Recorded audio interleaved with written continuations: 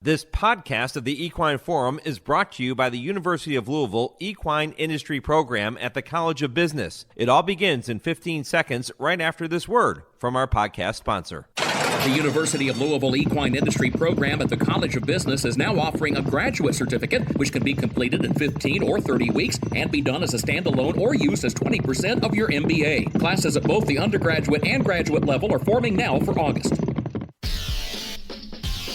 This is HRRN, horse racing's voice. Just a touch has taken the lead from Top Connor. Sierra Leone is running on from the outside. A 16th to go. Sierra Leone comes forward for the lead and deep stretch and wins the Toyota Bluegrass. It was Resilience who's opening up, is up by 2.5, 3 lengths. Society man down towards the inside. Protective. Resilience is drifting out. It's Resilience who's clear, is up by 3 lengths now. Resilience will win the wood. Welcome to the Equine Forum, presented by TwinSpires. And Stronghold won from the outside. A driving finish. Stronghold bursts through between horses and is up to take the lead at the furlong pole. Imagination trying to match strides with him. And EJ won the cup in third. It's Imagination and Stronghold nose and nose in the Santa Anita Derby. Stronghold just in front. And Stronghold prevails. Yankee Victor and Charismatic on the outside have gotten by Texas Glitter and Finder's Gold, and Epic Honor still have 3.5 lengths to make up as Charismatic strides forward in the final furlong and wrestles the lead away from Yankee Victor. Coming to the line in the Coolmore Lexington is going to be Charismatic in front. Now here's Mike Penna. Good morning once again, everyone, and welcome to the show that launched a network. It is the Equine Forum, presented by TwinSpires, and it is all right here on the Horse Racing Radio Network. Mike Penna, Baron of the Backstretch, excited to have you back in the starting gate with me once again on this Saturday morning, right up until 11 a.m. Eastern on Sirius 162, XM 207, our affiliates in Lexington, Louisville, and across the country, streaming worldwide and podcast on our website, horseracingradio.net, or wherever you access your podcast. So as you can tell, plenty of ways to listen to this show and to all of our shows every week here on HRRN. Well, after nearly 7 months and 37 qualifying races along the road to the Kentucky Derby, there is just one opportunity remaining to earn your spot in the starting gate for the greatest 2 minutes in sports. It's the Grade 3 Lexington at Keeneland this afternoon. It offers 20 qualifying points to the winner, which would be pretty sweet if your name is Hades or Liberal Arts. Hades is the 7-2 morning line second choice in today's Lexington. The winner of the Holy Bull Stakes at Gulfstream in early February is sitting just outside the 20-horse cut line at number 24 with 30 points to his credit. A win today would guarantee Hades a spot in the Kentucky Derby field. A second-place finish would also likely get him in, but things get a bit more interesting at that point. If Hades finishes second this afternoon, he will add 10 points to his total, bringing him up to 40. That would put him in a tie for 21st place with Grand Mo the First. And it then comes down to non-restricted greatest stakes earnings to break the tie, but he would still need one defection from the 20 horses in front of him to make it into the Derby starting gate. So that's what's on the line for Hades this afternoon. But how about 4-1 third choice Liberal Arts? The winner of the Street Scent Stakes at Churchill last October comes into the Lexington with 19 points. So even a win today will not guarantee him a spot among the 20-horse field, but it puts him squarely on the bubble. And with 39 points, he would be in 22nd position, right behind Hades or Grand Mo the First. And if past history holds true, like we've seen the past several years, if it holds true again this year, he would likely get a couple defections from those ahead of him to make the Derby field, if his connections choose to go that route. Robbie Medina, the trainer of Liberal Arts, is going to be here at 8:35 Eastern to share his thoughts on today's race and to talk about the scenario that they now find themselves in.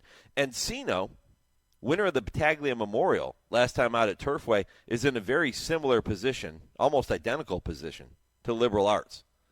He comes into today's Lexington with 20 points, so a victory this afternoon also puts him squarely on the bubble. The son of Nyquist trying dirt for the first time after 3 tries on synthetic surfaces to open his career. And I'm going to spend plenty of time diving into the entire Kentucky Derby picture here this morning with Daily Racing Form's David Aragona when he joins me coming up at 9 o'clock Eastern. David assembles his Derby watch list each week in the DRF, and he'll kick off hour 2 at 9 Eastern. I'm going to welcome some of the other major players whose horses stepped up big time in last weekend's points races. You're going to hear from trainer Phil D'Amato, who saddled Santa Anita Derby winner Stronghold, and owner Ric Waldman, who watched his Resilience take home the top prize in the Wood Memorial. Rick is coming up at 9:20 Eastern Time in hour number 2. And Phil D'Amato will join me from Southern California at 9:40 Eastern. I'm also going to spend some time with Rick, remembering his longtime client and longtime friend, Marty Wygod, who passed away yesterday at the age of 84. Marty, one of the premier owners, and has been for a very long time in the sport of thoroughbred racing, along with his wife, Pam. And I'll talk to Rick about that massive loss for the thoroughbred industry coming up at 9:20. The Lexington is one of 3 graded stakes races set to be contested today at Keeneland. You have the Grade 3 Giants Causeway for turf sprinters and the Grade 1 Jenny Wiley for fillies and mares on the turf. That is always one of the great races of the spring meet. 5 of the last 9 runnings of the Jenny Wiley have been won by a horse trained by Chad Brown. And Chad is doing everything in his power to ensure that that dominance continues again this year. He has entered 4 of the 10 runners in today's renewal, including 3-1 morning line favorite Gina Romantica. But that is a lukewarm morning line favorite in today's Jenny Wiley. It's not like she's 1-5. It's not like she's even money. She's 3-1, which leads you to believe, yeah, she's probably the horse to beat, but maybe she's a little beatable. Maybe she is beatable in that spot. In just a few minutes at 8:15 Eastern, I'm going to be joined by trainer Ignacio Correas, who will not be intimidated by the Chad Brown Armada in today's Jenny Wiley. Nacho is going to saddle multiple graded stakes winner Didia in today's Jenny Wiley, fresh off of a gutsy win in the Pegasus World Cup Invitational. Now, the Filly and Mare Turf Invitational, if we're going to get that one right. But Nacho has had several horses throughout his career that have competed at the top level. And yeah, Chad Brown probably is the man to beat. But don't count out Nacho Correas anytime he shows up in one of these big races. And here he is with Didia later today. So we'll talk about that. Here's the full lineup. So Nacho Correas kicks it off at 8:15. Robbie Medina right around 8:35, talking about liberal arts and the Lexington Stakes. David Aragona from the Daily Racing Forum with a deep dive into the Kentucky Derby picture at 9 o'clock. 9:20, it is owner Ric Waldman looking back on Resilience's huge win last week in the Wood Memorial. And by the way, Rick is also going to get into remembering some of the moments he had, Derby-related moments he had, when he was involved with William T. Young's Overbrook Farm back in the day when they had it rolling. Rick was a big part of that. So I'll get a chance to talk to him about that coming up at 9:20. Phil D'Amato at 9:40, looking back on Stronghold's win in the Santa Anita Derby. And at 10 o'clock, Hour 3 begins, as it does every week, with the TwinSpires Triple Play. James Scully will join me to give you 3 races you can keep an eye on later today. Kurt Becker, Stroll Through Racing History, coming up at 10:20. And at 10:30, I Ask, They Answer, with Dale Romans and Tim Wilkin, talking about some of the hot topics in the sport today, including a couple of listener questions. Every week, we tell you that if you would like to submit a question or a topic for Dale and Tim to discuss, to debate, whatever it might be, or if you just have a general racing question for Dale and Tim, they're the guys to ask. You can submit that question to us. You can email the show, mike@horseracingradio.net. You can do it on our social media pages, too. And we'll get that question worked in. We have a couple of listener questions in today's edition of I Ask, They Answer, and I think you're really going to enjoy those conversations and the take that Dale and Tim will have on not just those questions, but some of the winners of recent prep races along the road to the Kentucky Derby. We're going to play a few rounds of buy or sell. And I'll ask Dale and Tim if they're buying or selling a horse like Sierra Leone, winner of the Bluegrass last week. Are they buying or selling him as the Derby favorite? I think most people are expecting that he will now be the Kentucky Derby favorite. But what about Fierceness? Fierceness wins the Florida Derby, the race that has produced the most Kentucky Derby winners in the history of the Kentucky Derby. Fierceness wins that race by the length of the stretch. And yet we're talking about Sierra Leone being the favorite at post time. So I'll see if Dale and Tim are buying Sierra Leone as the Kentucky Derby favorite. It's one thing to like the horse. Sure, everybody's going to like Sierra Leone. He's one of a couple of horses to have set themselves apart from the rest of the field. We've been talking about that throughout the entire spring, and even looking back to last fall. Fierceness ran great in the Breeders' Cup Juvenile, but nobody had really stepped up and said, you know what, I'm the one to beat. When we get to Louisville, you got to come beat me. Nobody had done that. It was kind of just a bunch of horses that were all beating each other. They were all kind of on the same level.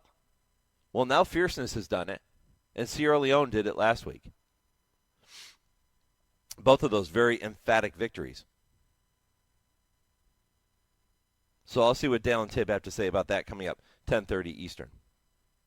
Poll question today, going to keep it real simple. We now know pretty much what that Derby field is going to look like. Again, you heard me talk about a few horses in today's Lexington Stakes at Keeneland that very well could find their way into the Derby starting gate.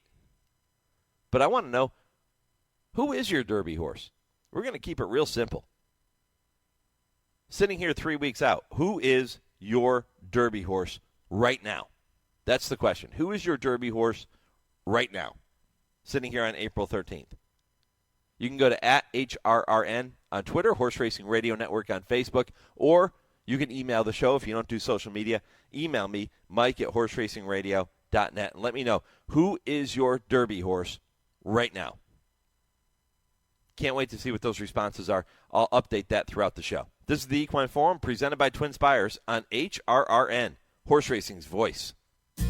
Race to TwinSpires, where you can unlock a $25 risk-free bet. Just use the code HRRN25 when you sign up. And if your first bet doesn't win, TwinSpires will refund your account up to $25. Wagering on the app is fast with free past performances, insider picks, and power plays every day you wager. TwinSpires. Download the app today to earn your $25 risk-free bet. Void where prohibited. For terms and conditions, visit TwinSpires.com. Must be 18 or older, 21 and older where applicable. For help with a gambling problem, call 1-800-GAMBLER.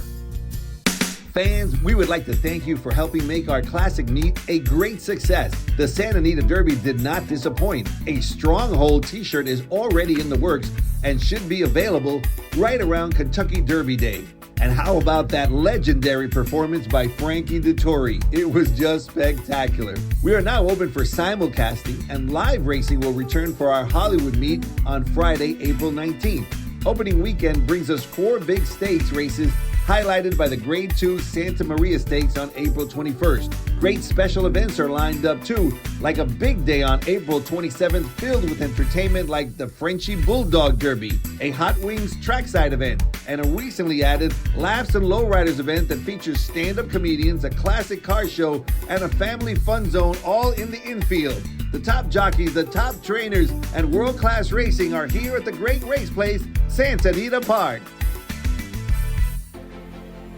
There are thrills around every turn at Gulfstream Park during the Royal Palm Meet with live horse racing action Thursday through Sunday and simulcast opportunities 7 days a week.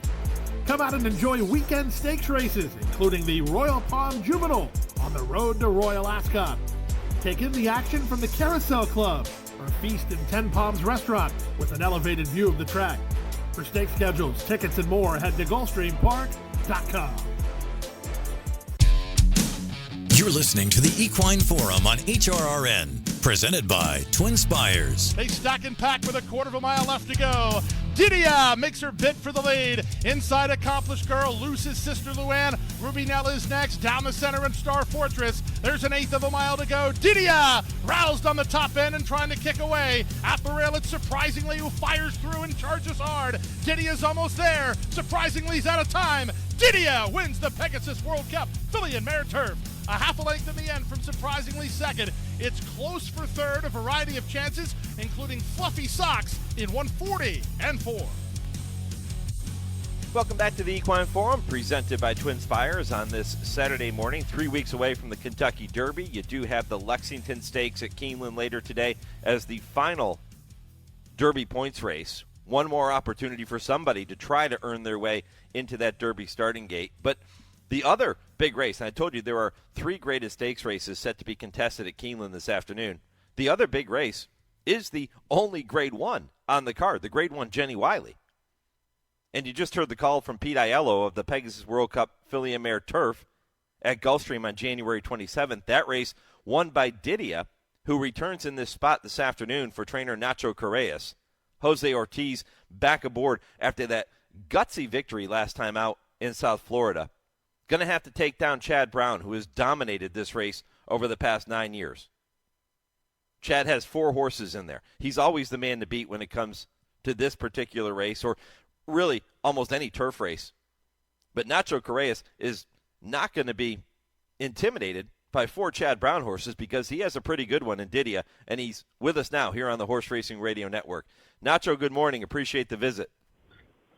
Good morning, Mike. How you doing? I'm Happy great. to be with you. How are you doing, my friend? You fired up for this afternoon or what? Yes. I mean, we are ready as we can be, and hopefully all goes well for us. What did you make of that performance last time out in the World Cup turf?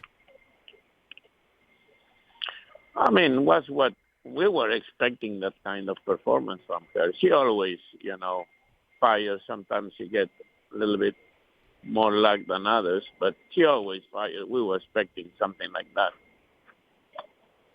I love the way she dug in. She had to fight for that win. So many of her other wins she's been able to pull away at the end.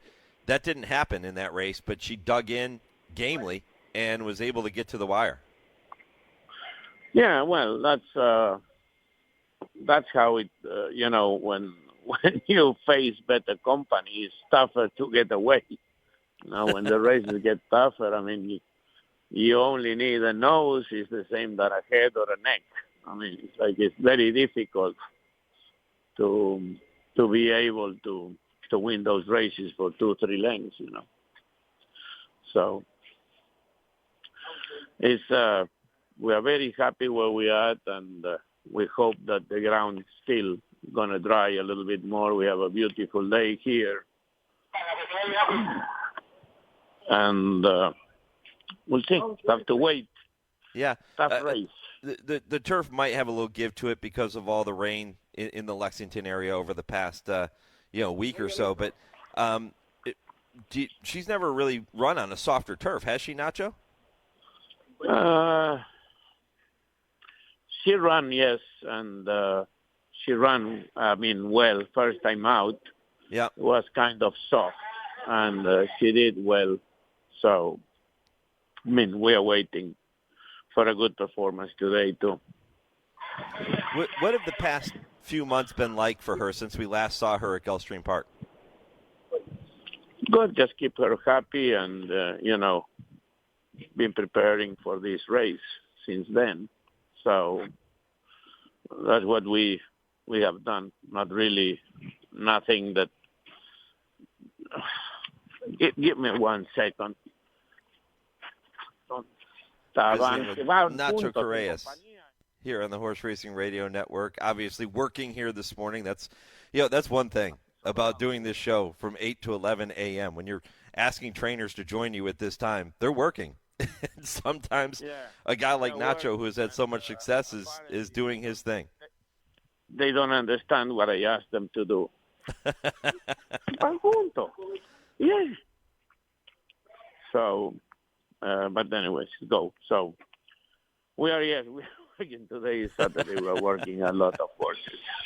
I love it, Nacho. I just said that as you were talking there. I said, doing this show at this time of the morning, trainers are working at this time, right? So you're joining me by phone. Yeah. You're still trying to run an operation here, and really do appreciate you taking a few minutes. So what is it that makes Didia so special? She's won 10 of 15 lifetime starts. What makes her so special? I don't know. I think that her versatility is one thing. She has speed and she can go long. And it's like the only thing that we really did here is change a little bit the way she was, racing. We relaxed her a little bit more. She used to go wire to wire in Argentina. We just keep it, try to teach him a different way. And she got it. I think that she can run on the turns. She's a small filly, and if you don't run on the turns on the turf in America, it's very difficult. And I think that that's one of her biggest abilities. So we'll see what today brings. Let's take listeners inside a trainer's mind for a minute. Let's let them know what happens in the mornings. You said, Nacho, that you tried to get her to relax a little bit more, and you've been able to do that. How does a trainer, we hear this a lot from trainers, how does a trainer get a horse to relax and sit off the pace? Well, it's more of that's your plan, and then it's a little bit more of a jockey thing.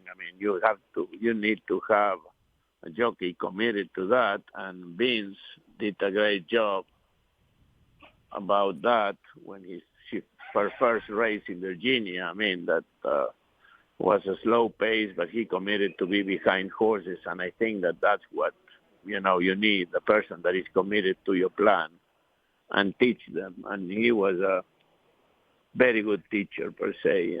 He did a lot for her on teaching her to relax. Is there anything you can do in the mornings to teach a horse to relax, or does it all have to happen during the race with the jockey? No, you can do it on the mornings, but, it's like then you need someone, as I said, that is committed with your idea. Mm-hmm. Because with a horse that have speed and have always run on the lead, and the first time we ran here, they went almost in 51 the first half. So it wasn't an easy task for him. So, it's like, I think that, you relax them, you try not to put so much speed on them, in the mornings, but then at the end you need their help to be able to accomplish what you look for, So, Nacho, I mentioned earlier that Chad Brown has won 5 of the last 9 runnings of the Jenny Wiley. He has 4 of the 10 horses entered in this year's race. You also have Charlie Appleby coming here with English Rose for Godolphin, and we know how good Charlie Appleby is when he comes to America. What gives you the confidence that Didia belongs with this group? It may even be the best among this group. Who knows? What gives you the confidence? Well, I think that she have done, as you said, she won 10 of 15. She is a multiple Grade 1 winner. She have run every race very fair here. And I know Chad is always the guy to beat. You beat 3, he beat you with the last one. It have happened to me over and over with Doña Bruja, with Didia too in the New York last year. So I know what can happen. I hope that one day that doesn't happen anymore. Listen, Nacho, you're no stranger to being in the winner's circle in plenty of big races. The names that come to mind when you think about the horses you've been around are, names like Blue Prize and Dona Bruja and Kasaki and Humble and Hungry, going back to the early days of Nacho Correas. There have been some incredible horses that you've been around. What is it about a good horse? Are there things that they all do similarly that set them apart from others? Their mind, I guess. Their mind and their heart, They're willing to win. some courses don't have that as developed. And some courses, they see someone in front, and when you ask them, they want to eat them. So I think that is the eye of the tiger, I guess, Rocky said, Yeah. That, some courses have it, some courses don't. So that's what I would think that it is. I mean, this filly is very special, so, and she have that, So hopefully she have it today, and the other one's not that much. Well, Nacho, I can't wait to see her do her thing in the Jenny Wiley. I really appreciate a few minutes here this morning. It's always great to hear your voice and to catch up. We'll remind listeners that post time for the Jenny Wiley as race number 9 today at Keeneland is 5:16 Eastern. It's a mile and a 16th on the lawn, and we'll see if Didia can find a way to get to the winner's circle yet again. She's done it for the majority of her career, and I know that Nacho would love to have that happen. Nacho, appreciate the visit, my friend. Thank you very much, and I hope that I can visit you in Mexico. You got it, my friend. I want to come stretch with you. Wait, what are these stretching classes I'm hearing about? Oh, it's the one that Jude and I had at the Stretch Zone here in Lexington. It's a very good place. Yeah, and we have a talk always there. So yeah, I yeah. heard that you and Jude and a couple other folks from the thoroughbred industry are all over there stretching together. So that's good. You got to stay fit. Yeah. We are all healthy because of Stretch Zone. Yeah. Nacho, appreciate it, buddy. Stay limber, stay loose, and let's look for you in the winner's circle this afternoon. Okay. Take care, and thank you for having me. You got it, my friend. Nacho Correas here on the Horse Racing Radio Network. Great stuff. Great stuff from Nacho. That Jenny Wiley, again, it always seems to go through Chad Brown, but Didia belongs in there, right? And you heard me ask Nacho that question. What gives you the confidence that she belongs? He says, well, she's won 10 of 15 lifetime starts, and she's won some big races, some, of course, coming out of that grade 2 at Gulfstream. Chad Brown is always tough in these spots. Charlie Appleby is always tough in these spots. But Nacho Correas knows a thing or two about winning a big race, too. Should be fantastic. I can't wait for that Jenny Wiley. Again, it's basically an undercard stake because the race following it is the Grade 3 Lexington Stakes, that final Derby points race. But this race today does not take a back seat to any race. And when I come back, I'm going to get a chance to visit with trainer Robbie Medina. We're going to talk about the Lexington Stakes and his contender, Liberal Arts, who is not yet qualified for the Kentucky Derby. Doesn't have enough points. Only has 19 coming into today's race. But a win today gives Liberal Arts another 20 points if he can pull it off. So puts him at 39, right on the bubble, right on the edge of being in the field. And if a couple of horses defect, which has happened consistently over the past several years, you always lose a couple for whatever reason. Owners decide not to run their horse. Maybe the horse comes up with a cough and misses a day of training. Things happen. It's heartbreaking, but things happen. Owners, trainers will miss their opportunity to be part of the Kentucky Derby for a variety of reasons that are out of their control. Happens every year. So if a horse like Hades or a horse like Encino or Liberal Arts can find a way to run big today, if they win, they get themselves into the mix. Hades is automatically in if he wins today.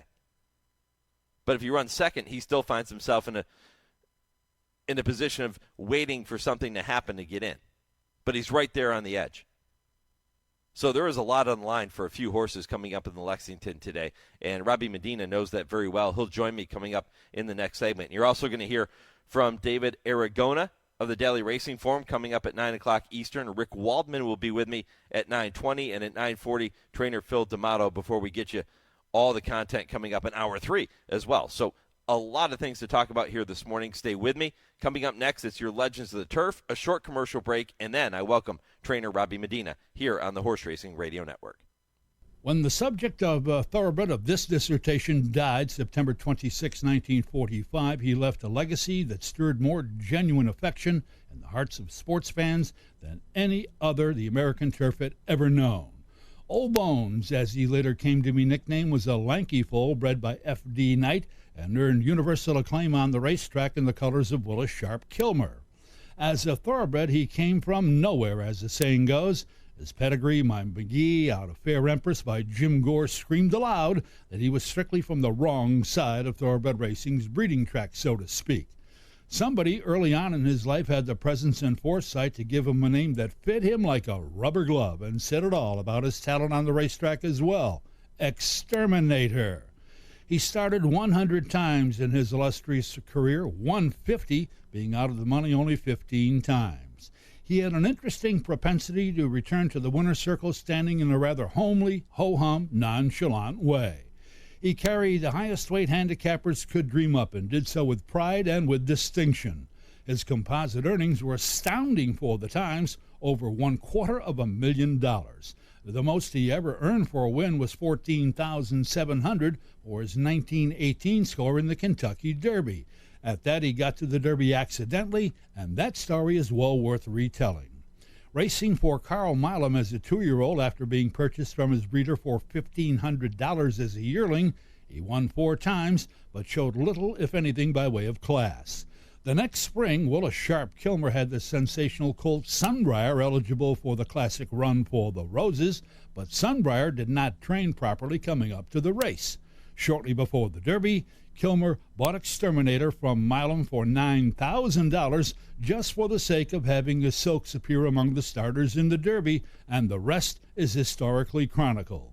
On a sloppy racetrack, the 30-1 game gelding nicknamed Old Bones, Exterminator, splashed his way to a victory at his very first important stakes event.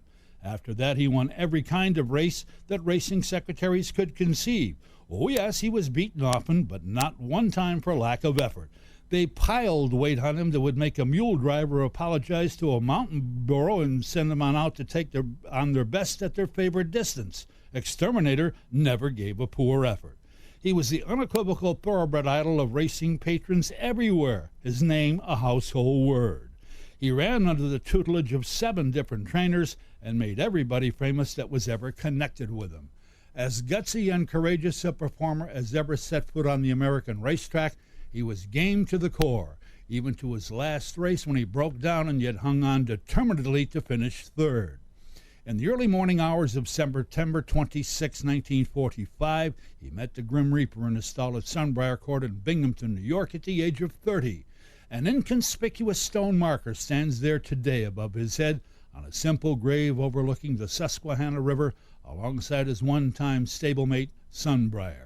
Inconspicuous as it may be, that stone does reflect in its very pristinity that the American turf is a far, far greater and far, far richer institution for Old Bones having passed by. Exterminator. You're listening to HRRN, Horse Racing's Voice.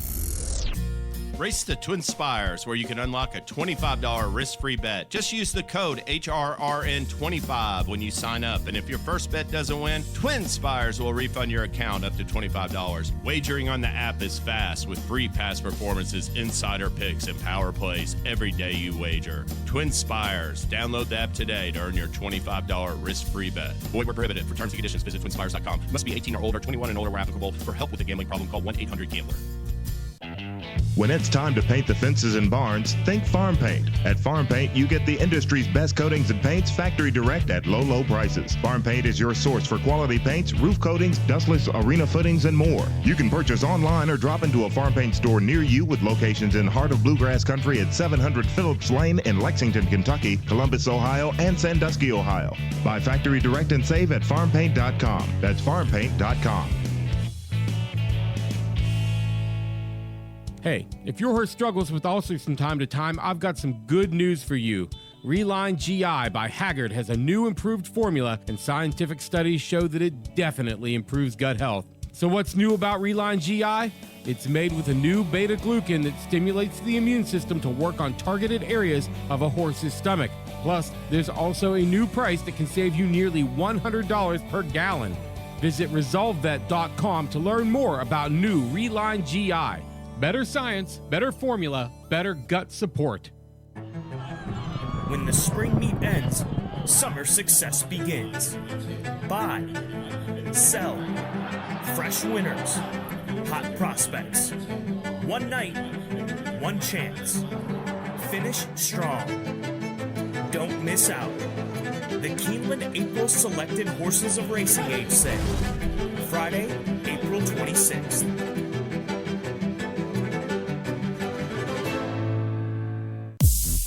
You're listening to the Equine Forum on HRRN, presented by TwinSpires. And at the back is Liberal Arts as they round the far turn.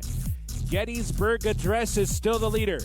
Informed Patriot has come off the rails, second, and targeting him off the turn. They're 1-2. Liberal Arts is coming on with a rally in behind as well. And Moonlight down the center, racing for the 8th pole. Informed Patriot powers up and grabs the lead. But here comes Liberal Arts, who's cut loose in a big way. Liberal Arts rocketing past Informed Patriot and Moonlight and everybody else. Liberal Arts finishes full of run to score by 3. And Moonlight grabs second. Informed Patriot was third. Gettysburg Address was fourth. Welcome back to the Equine Forum, presented by TwinSpires. Mike Penna, Baron of the Backstretch, with you on this Saturday morning. That was Travis Stone with the call of the Grade 3 Street Sense at Churchill Downs last October. A big win for Liberal Arts and his trainer, Robbie Medina. It was the first graded stakes win of Robbie's young training career, and boy, did Liberal Arts run well that day. Robbie hoping that it happens again this afternoon in the Lexington Stakes. Liberal Arts, the 4-1 third choice in that race this afternoon, and as you heard me say earlier, a win in the Lexington and earning 20 Derby points is going to put Liberal Arts right on the bubble of getting into this year's Derby field, if his connections choose to go that direction. That's what they're hoping to do with this very talented son of Arrogate. Robbie is with me now here on HRN. Robbie, good morning, my friend. Good morning. How you doing, Mike? Doing great. How about you? You fired up for this afternoon? Oh, ready to go. Yes, sir.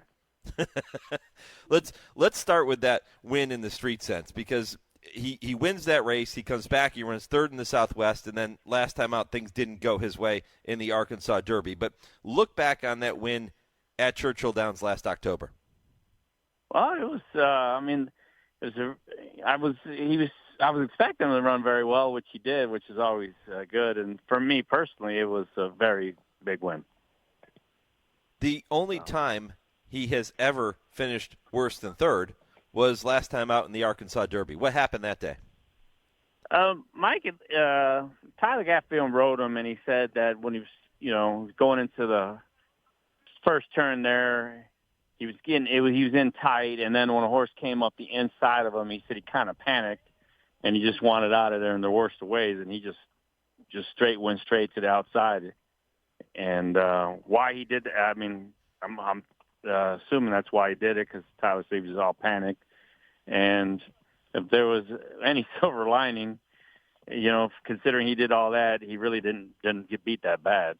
So yeah, I didn't think he went that bad after all that happened. I mean, watching it live, it was tough. I was watching on the apron and looking at it. I mean, I thought, that he had hurt himself more, to be honest with you.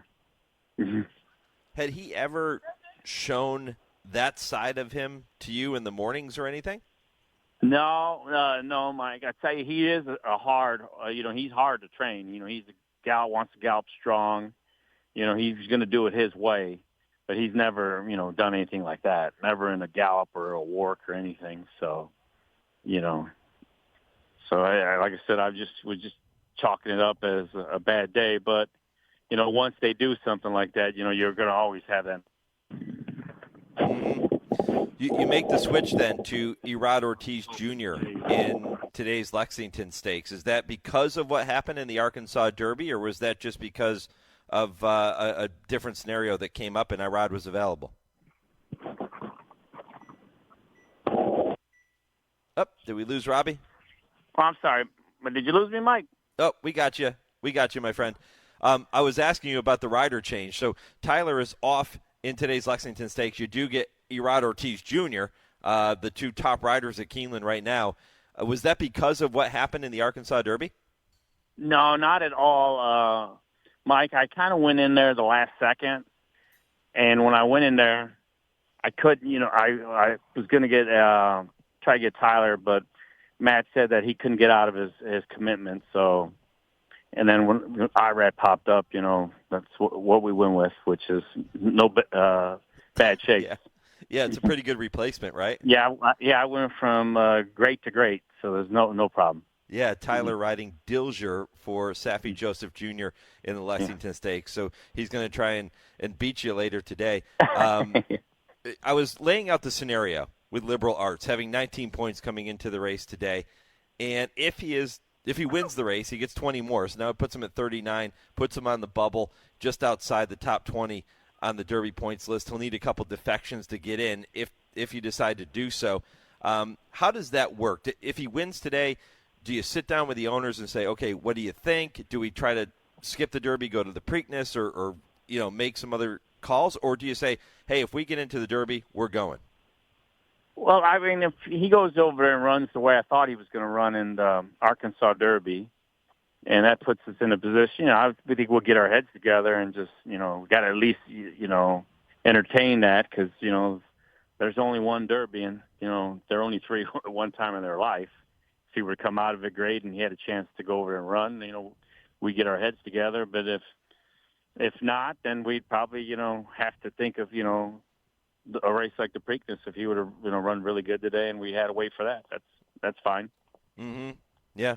Why, Robbie, why do you feel that Liberal Arts deserves a shot in the Kentucky Derby? Or maybe a better way to say that is, why do you feel that he belongs with those 20 horses that are going to lead the starting gate on the first Saturday in May? What is it about him that leads you to believe that?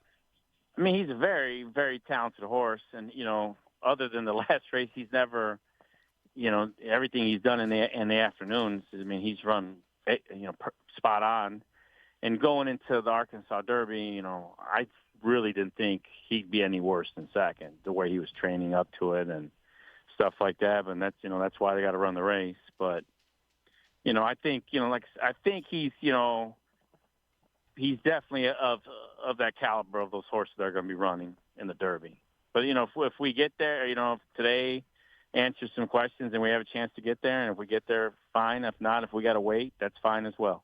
Yeah, do what's right by the horse. That's what Robbie Medina has always done. That's why he's had so much success to begin his career. And here he is with an opportunity to maybe compete in what is the world's most famous horse race, the Kentucky Derby, with Liberal Arts. Robbie, after that Arkansas Derby, when things didn't go his way, once you found out that Liberal Arts was okay, physically, mentally, did you immediately say to the owners, hey, let's give this a shot in the Lexington Stakes? He's better than what we saw in Arkansas.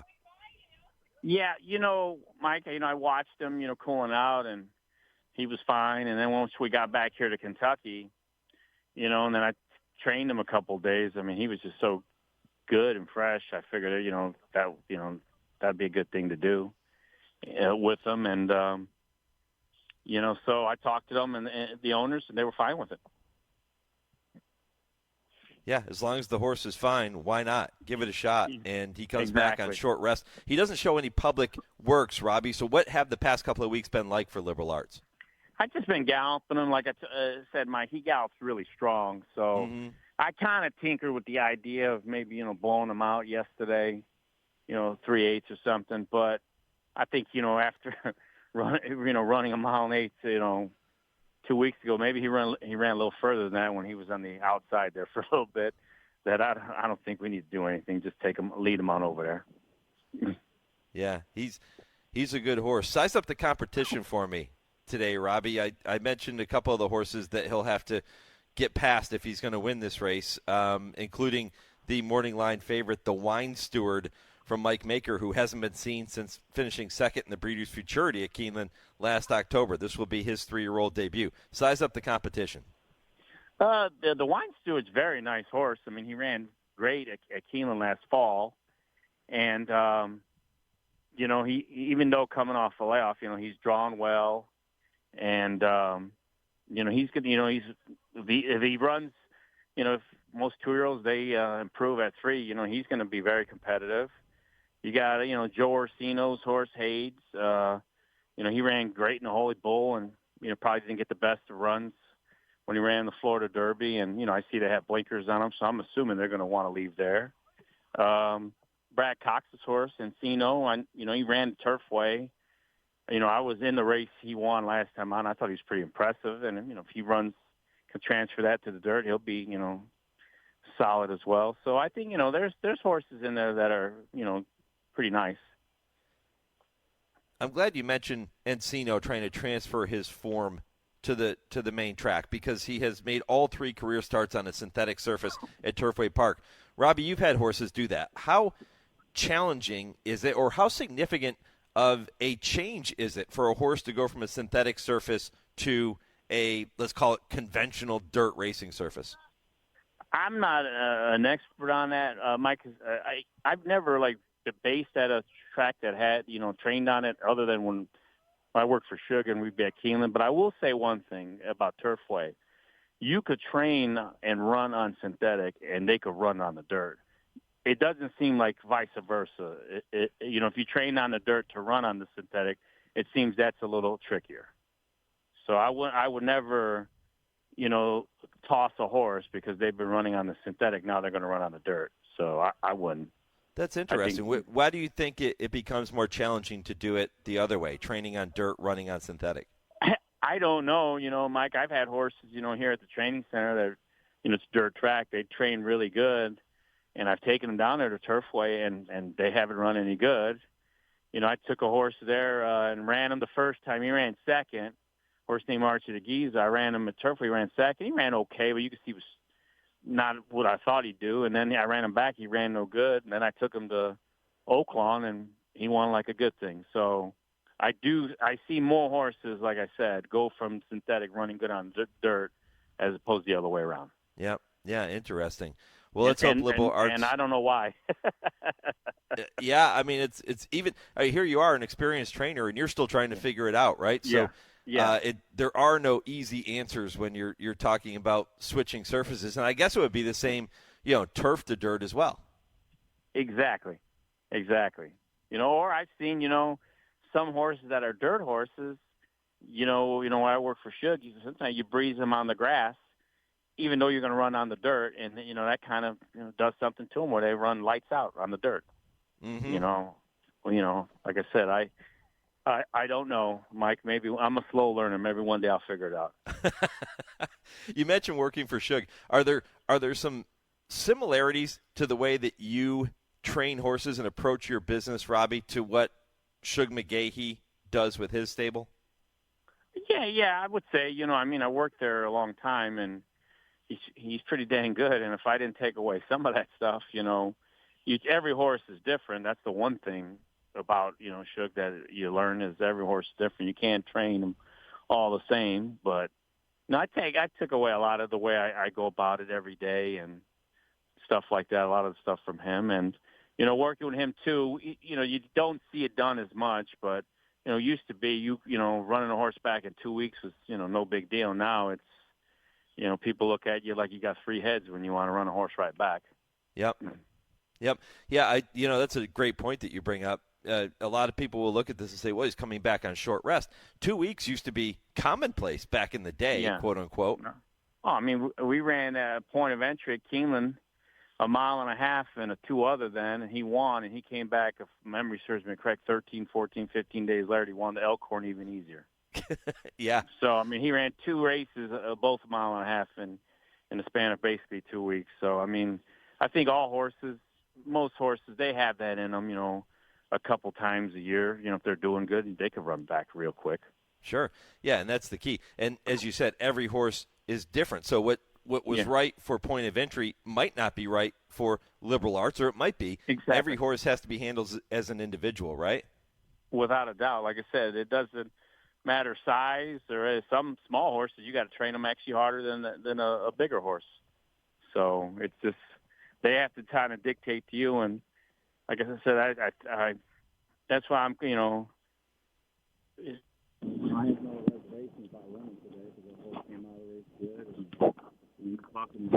so take him back over there and see what happens. Robbie Medina here on the Horse Racing Radio Network. Robbie, really appreciate the visit here. All the best with Liberal Arts. I know it'll be a fantastic scene in the winner's circle if he can get there. Good luck to my dear friend Evan Ferraro, who is involved with the ownership along with Stephen Ferraro. Would be great to see them standing together in the winner's circle too. Well, I appreciate it, Mike. All right, all the best, Robbie. Robbie Medina here on HRRN. Liberal Arts, he certainly has the pedigree, right, to compete in these types of races. And you heard Robbie say he was very concerned that maybe Liberal Arts hurt himself in the Arkansas Derby when he was watching all of this unfold. But he explained how he didn't like being in the position he was, and he kind of freaked out a little bit. Very rank in that race. And once he found out he was okay, take a deep breath, check the horse out, everything's fine. Okay, why not bring him back in this spot here? And he is one of the ones today. A 4-1 third choice. And if you're not a fan of Hades, the Holy Bull winner, if you think that his last effort in the Florida Derby was more of an indication of his ability than his win in the Holy Bull, then maybe you look toward Liberal Arts. If you think that the Wine Steward, who hasn't been seen since finishing second in the Breeders' Futurity at Keeneland last October, if you think that he's not going to be ready for his 3-year-old debut at this level, maybe you look toward Liberal Arts. I don't think he's a bad play. I am very curious to see what happens with the Wine Steward because last year he really, really looked the part. And obviously something went amiss with him after that Breeders' Futurity that caused him to go to the sidelines. But he's back, training well. And the son of Vino Rosso looks like he could be sitting on a big performance. Now, obviously, this is just a starting point to get him back, but coming back into Grade 3, you're trying to win it. He's the 5-2 morning line favorite in today's Lexington. I'll be curious to see how he runs later this afternoon. Post time for the Lexington, by the way, as race number 10, 5:48 Eastern in Lexington. Should be a beautiful day and a fast main track for the running of that race at 1 16 Coming up next is this week's edition of Calling All 3-Year-Olds with Bobby Newman. That is presented by Spendthrift, and I will update you on the poll question and some of your Derby horses as it stands on this 13th day of April, and then I'll get you ready for hour number 2. That is all ahead in the next segment here on the Equine Forum on the Horse Racing Radio Network. Woodford Feed, where tradition merges with technology.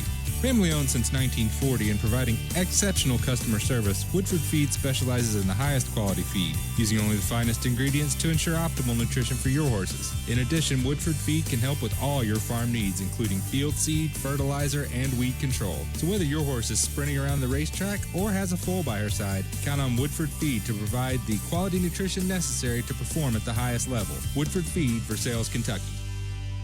The Claiming Crown is returning to Churchill Downs Saturday, November 16th.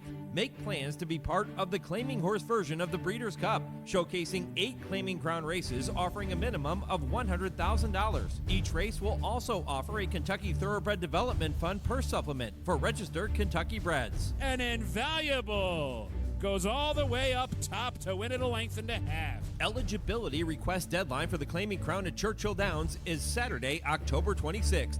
Learn more at claimingcrown.com. Retirement can be scary, but only if you're not prepared. That's why AARP created thisispretirement.org. Because unless you've already retired, you're in pretirement, and you still have time to plan. Learn about retirement savings options, potential tax breaks, and how you can build savings over time. Visit thisispretirement.org for free resources to help you customize your action plan and feel the retirement fear disappear. Brought to you by AARP and the Ad Council. Adopt US Kids presents What to Expect When You're Expecting a Teenager. Learning the lingo. Today I'm going to help parents translate teen slang. Now, when a teen says something is on fleek, it's exactly like saying, that's rad. It simply means that something is awesome or cool. Another one is totes. It's exactly like saying, totally just shorter. As in, I totes love going to the mall with Becker. Another word you might hear is jelly. Jelly is a shorter, better way to say jealous. As in, Chloe, I am like so jelly of your unicorn phone case. You don't have to speak teen to be a perfect parent. Thousands of teens in foster care will think you're, rad just the same. To learn more, visit adoptuskids.org. A public service announcement brought to you by the U.S. Department of Health and Human Services, Adopt U.S. Kids, and the Ad Council. Trainer Talk, presented by Fasig-Tipton. Please join me in welcoming Hall of Fame trainer Todd Fletcher. Hall of Fame trainer Nick Zito on Trainer Talk. Welcome Hall of Famer Bob Baffert to the program. Hall of Fame trainer Shug McGahee, nice enough to spend some time with us. Hall of Fame trainer Bill Mott here on Trainer Talk. Dual Hall of Fame trainer Mark Cassie. Trainer Talk, the biggest names in horse racing. Wednesdays, 6 to 7 p.m. Eastern. Sirius 162, XM 207, and streaming live at horseracingradio.net. They're all in line. And they're off. Spendthrift Farm presents Calling All 3-Year-Olds with Bobby Newman. The final 3 major Kentucky Derby preps took place last Saturday. Let's start at Keeneland, where the Grade 1 Bluegrass saw a rematch between Remsen rivals Dornoch and Sierra Leone. The pace was honest, perhaps faster than many expected, and it set up perfectly for the late-running style of Sierra Leone. He closed from 9 lengths behind on the backstretch to win going away by a length and a half. Lightly raced Just a Touch parlayed a perfect stalking trip to easily finish second. Expect both of them at Churchill Downs next month, with Sierra Leone being one of the Derby favorites. At Aqueduct, Gotham champ Deterministic was sent off the odds-on favorite to capture the Wood Memorial, but he ran poorly and was never a factor. Bill Mott's Resilience, the son of Into Mischief, tracked the long shot leaders before taking command at the top of the stretch and pulling clear. 106-1 long shot Society Man outran his expectations to finish second, earning him enough points to qualify for the Kentucky Derby 2. At Santa Anita, the Santa Anita Derby looked like a good matchup between Bob Baffert's Imagination and Sunland Derby champ Stronghold. The latter bided his time behind a solid contested pace before making his move on the far turn and ultimately outgaming the former down the lane. The final chance to earn Kentucky Derby points is today with the Grade 3 Lexington Stakes at Keeneland. Holy Bull winner Hades is close enough on the points leaderboard that a win today could have Derby implications. I'll be back with this week's top 5 list right after this word from Spendthrift. Looking for an exciting classic winner to breed to in 2024? Look no further than Mo Donegal. A leading 2-year-old of his class, Mo Donegal won the Grade 2 Remsen Stakes to close out his juvenile campaign before going on to win the Grade 2 Wood Memorial and Grade 1 Belmont Stakes as a 3-year-old, joining Nyquist as classic winners by Uncle Mo. And it will be Mo Donegal to win the Test of the Champion, the Belmont Stakes. Mo Donegal's first foals are arriving now and receiving rave reviews. Get the classic chromosomes. Mo Donegal, standing at Spendthrift. This week's top 5 list of Derby contenders looks like this. Number 5, Just a Touch. Lightly raced but very talented. He gets better and better with each start. Number 4, Mystic Dan. Trouble trip in the Arkansas Derby but ran on well. The added distance ought to help him. Number 3, Fierceness. 2-year-old champ crushed him in the Florida Derby and is clearly fastest when he runs one of his good ones. He's the logical favorite.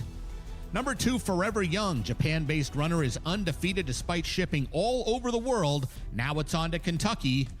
And number 1, Sierra Leone. Impressive score in the Bluegrass last weekend. An honest pace in the Derby would make him very tough to beat. That's your Calling All 3-Year-Old segment presented by Spendthrift, the Breeders' Farm. 3 weeks away from the Kentucky Derby, I'm asking you to share your thoughts on your Derby horse sitting here on April 13th. Who is your Derby horse right now? You can go to our Twitter page, at HRRN, and weigh in there. You can also do it on Facebook, and you can email the show. If you're not a social media person, I get it. Go ahead and shoot us an email, mike@horseracingradio.net. Email the show and let me know who is your Derby horse right now. Michael on Facebook says for him, it is Just Steel. For the coach, D. Wayne Lucas, 4-time Derby winner. Just Steel trying to make it number 5. Jeff and Roger both chime in on Facebook and say Sierra Leone is their Derby horse. Jason on Twitter says Catching Freedom, as does Steve. He says Catching Freedom will catch them all. And Kim responds on our Twitter page and says Fierceness and Sierra Leone depends on the draw and their works the next few weeks. You can keep those responses coming. I will try to update them later in the program. Really interesting because only Fierceness and Sierra Leone have set themselves apart with those powerhouse wins in their most recent prep races. People are going to look at Fierceness and say, well, he seems to run one good race, one bad race, one good race, one bad race. We know he comes out of a very good race in the Florida Derby. Can he duplicate that and make it 2 in a row in the Kentucky Derby? Plus, his best running style is when he's up close to the pace. Will there be, there's always pace in the Kentucky Derby. Will there be a hot pace, and will that be too much for Fierceness to overcome? Or is it a situation where he can sit close on a reasonable pace, or maybe even set the fractions? He'll get first run. He's going to get first run on Sierra Leone. If he breaks well in the Kentucky Derby, he's going to be in a forward position. That is not Sierra Leone's game. He's a closer. So he's going to get first run. Are you concerned about that with Sierra Leone? Are you concerned about him coming from the back of the pack, having to navigate traffic in a 20-horse field? Something to think about. And again, the post-position draw being done 1 week before the Kentucky Derby this year, which I like. I think that's a good move on the part of Churchill Downs. It'll be on their opening night, Saturday night. I think that will play a role in determining which horse, as Kim said, which horse you're going to go with as your Kentucky Derby contender, your Kentucky Derby winner. I'm going to ask that question of David Aragona from the Daily Racing Forum. He comes up next to kick off hour number 2. That comes your way after this 10-second pause for station identification. This is the Horse Racing Radio Network, where racing comes to talk.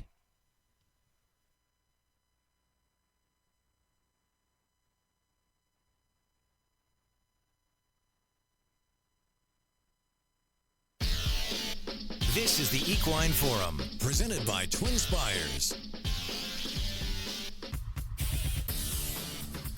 If you missed my conversations with Ignacio Correas and Robbie Medina in the first hour of the program, you can catch them. All you have to do is go to our website, horseracingradio.net. After I finish up at 11 a.m. Eastern, check out the podcast of this show and all the shows we brought your way this past week. You can go back and listen to archives of various segments and shows that we brought your way, not just this week, but throughout the year.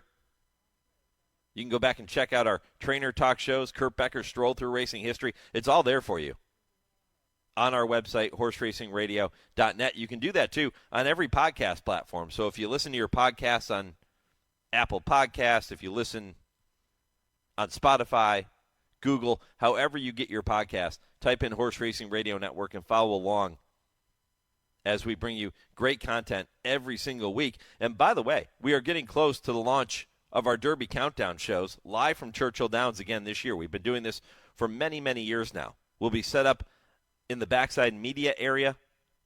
We'll have our tent there. We'll have all the big names coming by to visit with Jude Feld and with Bobby Newman. Those kick off Tuesday morning, April 30th, 8 to 10 a.m. Eastern. You can listen Tuesday, Wednesday, Thursday mornings. We'll have interviews with major connections of the Oaks and Derby horses. We'll talk to handicappers. We'll talk to some legendary connections who have had a role in making the Derby what it is on this 150-year anniversary. All of that coming up Tuesday, Wednesday, and Thursday morning of Derby week. You can go to our website, see a complete schedule there at horseracingradio.net. And those shows, by the way, presented once again by our friends at Hillendale. You will not want to miss each and every one of them.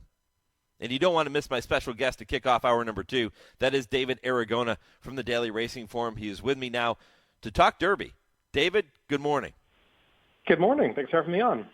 I was just going through and updating our poll question here, and I'm asking people, we're 3 weeks out from the Derby. I'm asking listeners to let me know who is their Derby horse right now. If I were to ask you that question, I'm going to. Who is your Derby horse right now, David? Wow, you're jumping in with a tough one. Definitely putting you in the spot right off the bat. Your maiden race here on the Horse Racing Radio Network, and I hit you with that. I'm going to punt a little bit and say that this is a great Kentucky Derby to try to find a horse in that, let's say, 15 to 25 to 1 range, because it feels like we're going to have two horses that really occupy really short prices on the tote board. And it's kind of a rare situation in the Kentucky Derby where typically there's one horse to beat, but in a 20-horse field, it's tough to have two horses that are below 4 to 1. And I think we might have that this year. And it's just going to cause this situation where you're going to have plenty of horses, potentially legitimate contenders that are in that 15 to 25 to 1 range. And sort of the difficult question for me to answer in the next 3 weeks is which of those I think is going to offer the best value. And I haven't answered that question for myself yet. I'll say I have a short list of horses that I'm sort of considering right now, which would include runners like Honor Marie, Just Steel, Resilience. But it's a tough question to answer this far, especially not knowing how the post positions are going to come up and all that. Yeah, that's going to play a role. There's no doubt about it. There are people that will latch on to a horse early on. I used to do it. There were many years that, I would see a horse as a 2-year-old and say, okay, that's my Derby horse. I'm going, early January. I'm picking this horse now. He just turned 3. This is my horse to win the Kentucky Derby. I haven't done that this year. Nobody has really grabbed me. Fierceness, impressive in the Florida Derby. Sierra Leone, very impressive in winning the Bluegrass. That's why they are the two at the head of the class. But it's been a year where everybody's kind of taken turns beating each other for the most part. And I guess one of the questions that you'll have to answer, everybody will have to answer, is do you believe that those two efforts can be duplicated at 1.25 miles on the first Saturday in May?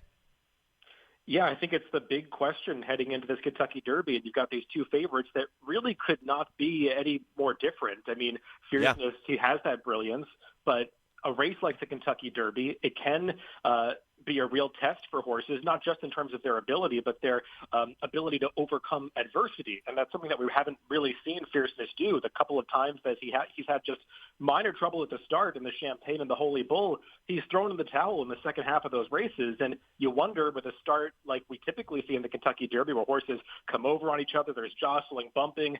Is he quick enough to get clear of all of that? How fast will he have to go if he wants to make the front end again?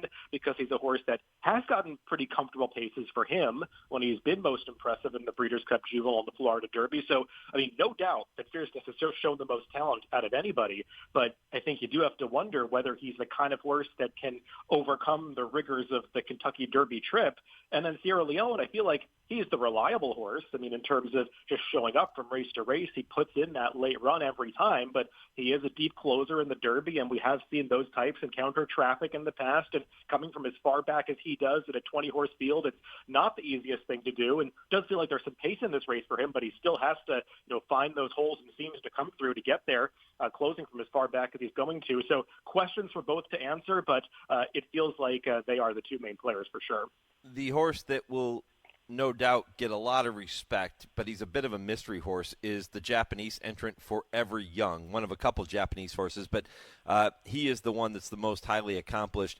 What do you do with Forever Young, the UAE Derby winner? I think if you're a fan of Forever Young, you're happy with how the final round of prep races went, because it does feel like he's maybe going to be a slightly bigger price than it looked like he could be in the immediate aftermath of the UAE Derby, just given how impressive Sierra Leone and Fierceness were in their races subsequently.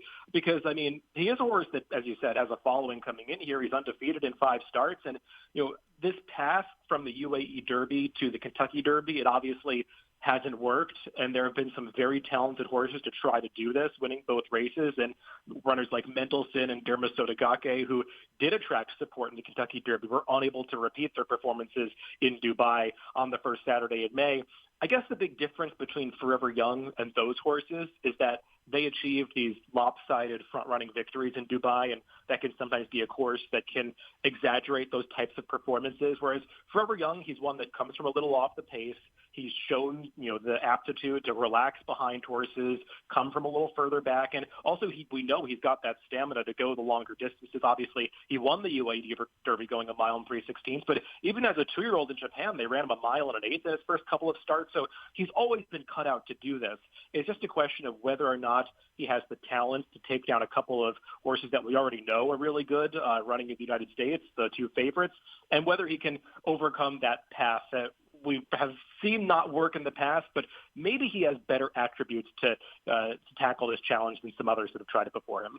The lightly raced Brad Cox trainee, Just a Touch, looked like he was going to win the Bluegrass Stakes and upset Sierra Leone and everybody else. Sierra Leone came and ran him down late. But if you like Sierra Leone, do you also have to like Just a Touch, considering the two of them were right there coming down to the wire in the Bluegrass Stakes? I mean, I think you do. The Bluegrass pace, it obviously set up for Sierra Leone, but I thought Just the Touch held on pretty well. I mean, he was tracking a horse in Top Connor who was going a little bit too fast for him on the front end, and Just the Touch, had to come under a ride to get to that horse. So once he did, he kind of showed his stamina to go clear in mid-stretch before Sierra Leone came and got him at the end, but he finished well clear of the rest. He improved his speed figure once again, and just feels like the kind of horse that is not going to have a problem stretching out a little bit further in distance. We've already seen him cope with a faster pace like he did last time. For him, it's just a question of whether or not his inexperience is going to catch up to him on the first Saturday of May. Obviously, a horse like Mage was able to do it last year. I would say Mage probably had to learn a few more lessons in his prep races that maybe Just the Touch has so far, and Just the Touch has kind of proven he needs one kind of trip, whereas Mage has shown a lot of versatility in his races up until this point. But, I mean, he's got the right trainer in his corner in Brad Cox to try to do it. No doubt about it. Visiting with David Aragona of the Daily Racing Form. You can catch his Derby Watch segment along with Brad Free every single week. Just go to drf.com/Derby Watch, and you can check out all the information there. There's so many great articles and morning lines and comments about each of the horses and their past performances. And David and Brad do a tremendous job. David, a couple folks weighing in on the poll question here, and they're on the Catching Freedom bandwagon. They feel like he can run everybody down late in the Kentucky Derby. Do you agree that Catching Freedom is a horse to watch on the first Saturday in May? I think he's the kind of horse that you could say is probably going to finish somewhere in the top 5 or 6. Mm-hmm. Whether or not he's going to prove good enough to actually get the job done, I mean, we'll see if he's able to take another step forward. But he's obviously taken these incremental steps forward with every start so far. And, he competed in one of those first 100-point prep races in the Louisiana Derby, and now so much has happened since then. It feels like some of the steam that he was coming out of that race with has since dissipated. But he was good that day, and that Louisiana path to Kentucky Derby, it's proven to be one of the most potent ones so far this season. I think the top 5 finishers across the wire in the Risen Star all have met the points threshold, are expected to be in this Kentucky Derby starting gate. And he was third in that race and somewhat overshadowed by the performance of Sierra Leone, but he felt like the kind of horse that was just learning his lessons through the prep races. So I'm not going to be surprised when he moves forward again in Kentucky. Another horse that's getting some love from our listeners in our poll question is Just Steel for the Hall of Famer D. Wayne Lucas. And listen, nobody pulls a rabbit out of a hat like D. Wayne Lucas. He's won the Derby 4 times. Just Steel, looking to give him number 5. What are your thoughts on Just Steel?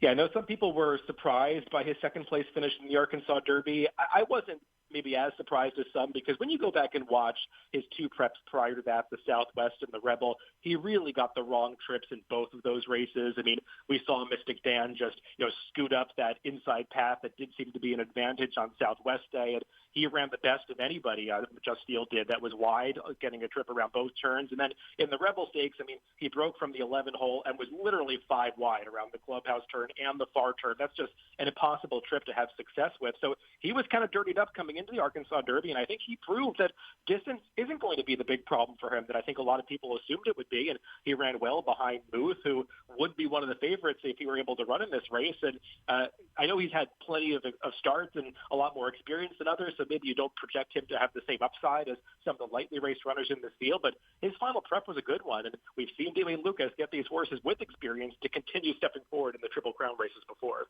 I'm going to circle back to a name you mentioned when we first started our conversation here this morning, and that is Honor Marie, runner-up in the Louisiana Derby behind Catching Freedom. This is a horse that I've been high on all spring long, and it looks like maybe Ana Maria is starting to put it all together. He feels like one of those horses that people could land on just based on his pattern, because we saw him improve through 3 starts as a 2-year-old, cycling up to that visually impressive score at Churchill Downs in the Kentucky Jockey Club, where he launched that blitz from last to first in the blink of an eye to get the job done so impressively. And now he came back as a 3-year-old. Some are a little disappointed in his Risen Star. I mean, I think he was a little too far back to do much running that day in a race that didn't feature a whole lot of pace, and he took that step forward in the Louisiana Derby, outclosed by Catching Freedom, but still a big step forward from a form and speed figure standpoint. And now he's third off the layoff. Feels like the kind of horse that's supposed to handle distance and get pace. And maybe if he can now improve again, third start off the layoff like he did in his third start as a 2-year-old, you can make a case for him in this race. And he's just the kind of horse for me I want to see what price he is, because I think he's going to need to be a price to get me interested, but I could certainly see the case for him. Sally Ellen emails the show and said that she really loves how Sierra Leone won the Bluegrass, but not how he came a little unglued from the crowd, and that's going to be an issue with 150,000 plus people on the first Saturday in May. But she also likes Stronghold and Just Steel. We talked about Just Steel. What are your thoughts on Santa Anita Derby winner Stronghold? I mean, it's a credit to Stronghold that he was even able to qualify out of the Santa Anita Derby, because there was a time a month or two ago where it seemed like that was going to be impossible, just given the strength in Bob Baffert's stable. And I think the reality of the situation is that the Santa Anita Derby came up a slightly softer field than we were expecting it to, with Nysos going to the sidelines and Maymoon not entering the race. And it just turned out that Stronghold didn't have to run that fast to win. And Imagination, who is a nice horse, is probably Bob Baffert's 4th or 5th best 3-year-old when they're all on the track. So, I mean, Stronghold, I think he's shown some likable attributes in his ability to rate behind horses and show some grit to battle for victories, but he's just one of these horses in the field that is going to have to get faster if he's going to be successful against this group he's lining up against. We've gone through quite a few of the Derby horses, the Derby hopefuls at this point. We won't call them Derby contenders because things can happen over the next 3 weeks, but the Derby hopefuls and the horses we expect to be in the Kentucky Derby field. David, are there a few others that we haven't touched on yet that you're going to have your eye on when we get to that first Saturday in May? I mean, I'm interested to see how the Lexington plays out this weekend. It does feel like one of those years where possibly the Lexington could have an impact on the Kentucky Derby, particularly Hades, who I thought was pretty interesting coming into the Florida Derby. I know that he had gotten some perfect trips up until then and had beaten maybe not the best version of Fierceness in the Holy Bull, but just seemed like a horse that was doing well coming into that race, and the trip just didn't work out for him at all. It had to be a really frustrating watch for the connections, because you could see it was over for Hades by the time they were going around the clubhouse turn. And I'll be interested to see if he can bounce back in Lexington, because if he comes through with a big performance, he might be the kind of horse, I mean, he'll obviously have the points, but he might be the kind of horse that you would want to consider in the Kentucky Derby. I think some of the others in Lexington have more questions to answer. I mean, I think Encino can also get the points. Liberal Arts might need a defection or two, even if he wins the race, but he's one that just has to show that he can overcome sort of those mental issues that got him last time in the Arkansas Derby. So some others have some questions to answer, but I'll be watching that one with interest. And as far as the others that we haven't mentioned yet, I think an intriguing horse in the Kentucky Derby that isn't getting a whole lot of attention is Domestic Product, who obviously hasn't run that fast yet, but he's been in a couple of extremely slow-paced races where he really had no chance to run a fast speed figure, and he's done everything right. It's just a matter of whether or not he can run that fast number when he gets the faster pace against a better competition. He's sort of an unknown in the field, but he's going out for some strong connections and feels like one that could be the rare price for Chad Brown. David, you've knocked it out of the park here this morning, my friend. I really appreciate the visit. Great stuff.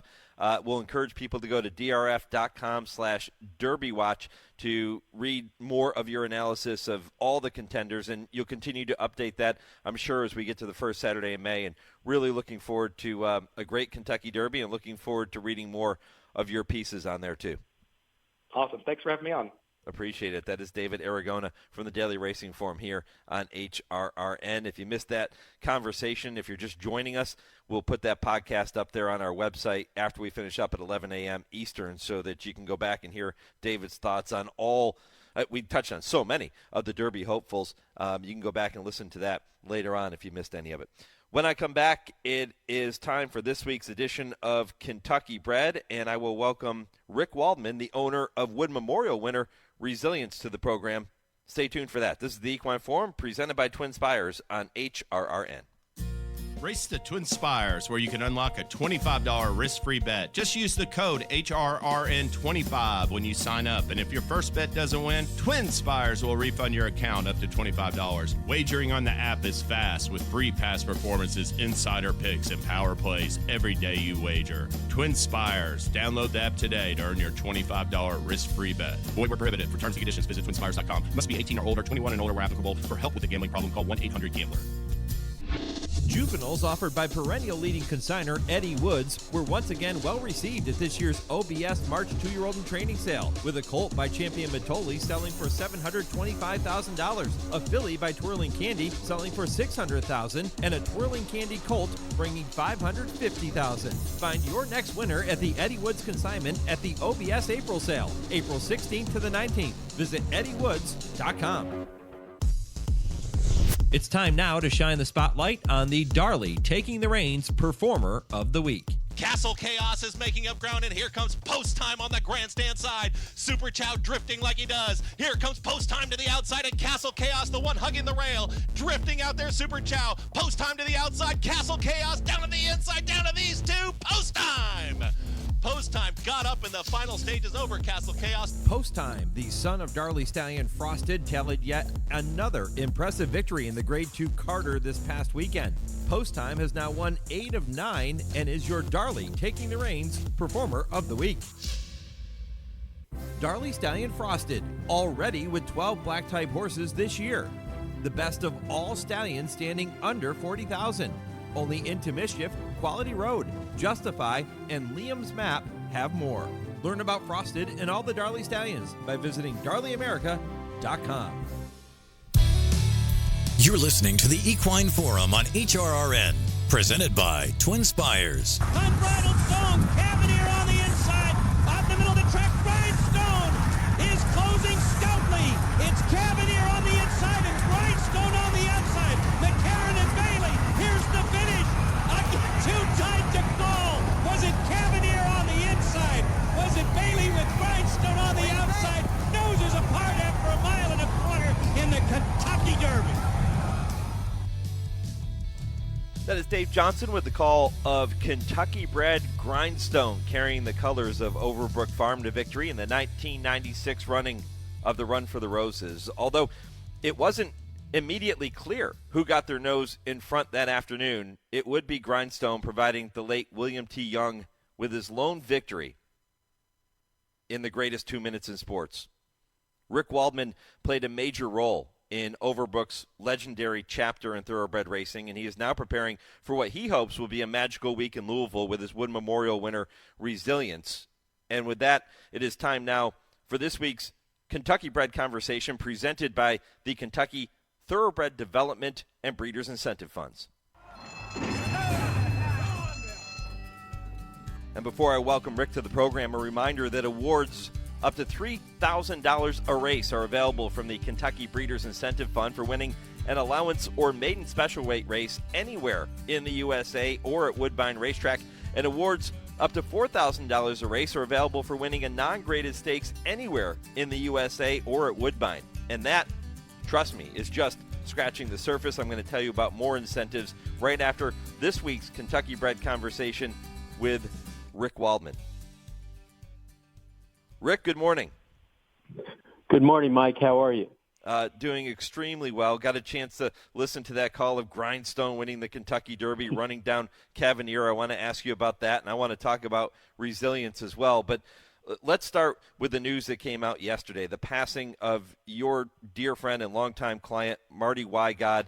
That is very sad news. He was somebody who had a tremendous impact on this game and was a wonderful person, and my condolences, my friend. Thank you. It's quite a loss to have.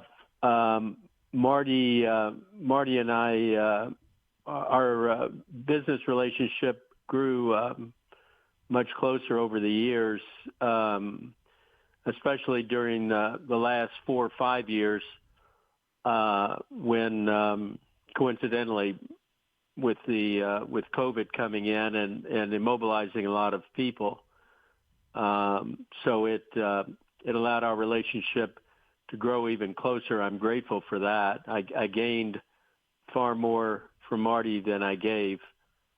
I learned I learned everything about life that I hadn't already known, which was quite a lot, from my association with him and friendship. I mean, I can't state that enough. He was such a caring person, and he cared more about my health and my personal life than all the other things that we talked about: horses, business, politics, everything else.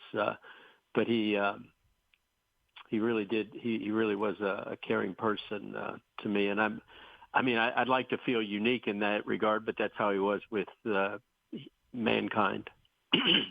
Marty and his wife Pam bred and owned and raced thoroughbreds for more than 5 decades, Rick. And they had so much success doing it. What was it about Marty's approach to the business that allowed him to have so much success? One word: passion. He had a passion. I assume he had a passion for everything that he immersed himself into. You know, at the top of the list, of course, was his family, but he loved breeding. He loved success, and he wasn't driven to beat this guy or beat that guy. He just liked winning, and winning was the measurement of the work that he put in. Breeding, he loved studying breeding, and of course, racing probably to him was, with homebreds especially, was more of the proof of the success of the breeding. Obviously, he liked to race, and he bought horses to race, but he loved buying fillies that could be future broodmares for him. Hence the second dam of Resilience, Tranquility Lake, that his longtime farm manager Russell Drake picked out, and now you can see how this comes full circle. Yeah, it's a tremendous loss on so many levels, and our condolences, our thoughts with the Wygod family and everybody who was associated with Marty Wygod, who has passed away yesterday. Ric Waldman with me here on the Horse Racing Radio Network, remembering his good friend and longtime client. Rick, let's turn our attention to what we saw last Saturday in New York and your Resilience winning the Wood Memorial. Bill Mott, his Hall of Fame trainer, had to change his travel plans. He was set to come back from Churchill Downs on Saturday evening around 6 o'clock. Well, that's not going to happen now. He's going to have to stay there and saddle your horse. Pretty cool effort last weekend. It really was. He came up to the race the right way. The Risen Star was, it was his a other than. But obviously, when you look back on the top 5 finishers in the Risen Star, 3 of them won Derby preps over this 2-weekend space, and then you've got a 4th one is Anna Marie, who's a very legitimate Derby possibility. So we ran in that race. It was a long ship, fairly close to the race, and he hadn't run against winners before, and he's running against stakes winners. So he gave up a lot, has been in every race he's ridden him. John Velasquez gave him an absolutely perfect ride, and I think he came out of that race a much better horse. And we had been talking about the Florida Derby or the Wood, and Bill had him ready run in the Florida Derby, and fortunately was able to keep him at that high level coming into the Wood. He vanned up to New York from Payson Park 6 days before the race, and Bill has Leanna Williford who trains his barn up there, so he had an operation which I'm sure was comforting for Bill to have his competent people taking the horse up to the race. And again, John gave him another perfect ride. He got a little squeezed on the first turn, but John knew the horse well enough to take him back. John had suggested putting blinkers on him after the Risen Star, and that might have helped squeezing out of that tight hold that the front runner put on us in the Wood. And Bill had him fit. He looks like, if you look at his conformation, he looks like he likes the two turns. There's plenty of stamina in the family, and Into Mischief is just a real good fit with it, from a pedigree standpoint. Yeah, Resilience bred by Pam and Marty Wygod. Kentucky bred, how special would it be if Resilience were to find his way to the winner's circle on the first Saturday in May? Rick, when did you first start to think, okay, we have something here. Maybe we have a horse that is Derby caliber? Well, it's funny. I've tried to go back and trace my steps. Now, Marty was the most optimistic person, especially when it came to the horses. So I'm guessing that after he broke his maiden, which was around the time that Marty gifted the horse to Emily and me, Marty was thinking Derby. Marty liked this horse all along, which is why he gifted us a horse that had great potential. So I'm sure I didn't dispute the thought on Marty's part about running in the Risen Star and nominating him to the Derby. So when you do the combination of both of those things, you've got to be thinking maybe he can be. Legitimate Derby horses are horses that are improving on the first Saturday in May. It's hard to win the Derby or be prominent in the Derby without showing some improvement. So breaking his maiden on January 1 on a mile and a 16th race, and then each step you see improvement, and he for my money he fits that pattern of improvement, and of course he's in the hands of a trainer who is second to none on conditioning a horse to get up to a big race like that. So when he ran fourth in the Risen Star, then we're seriously thinking of the Derby, like we do have a horse that is worthy of the next step. And the rest is history. I think we're the fifth highest point getter on the Derby point standings, and he's had seasoning, which I used to think was the absolutely end all as far as being able to win the Derby, although a lot of lightly raced horses have been able to come up in recent years, but seasoning with all the distance races that he's had can't hurt his chances. When Marty came to you and told you he was going to gift Resilience to you, what was the conversation like? What was your reaction? Well, I was totally taken by surprise when he did that. So I was grateful, but I wasn't surprised because Marty was always wanting to do generous, kind things.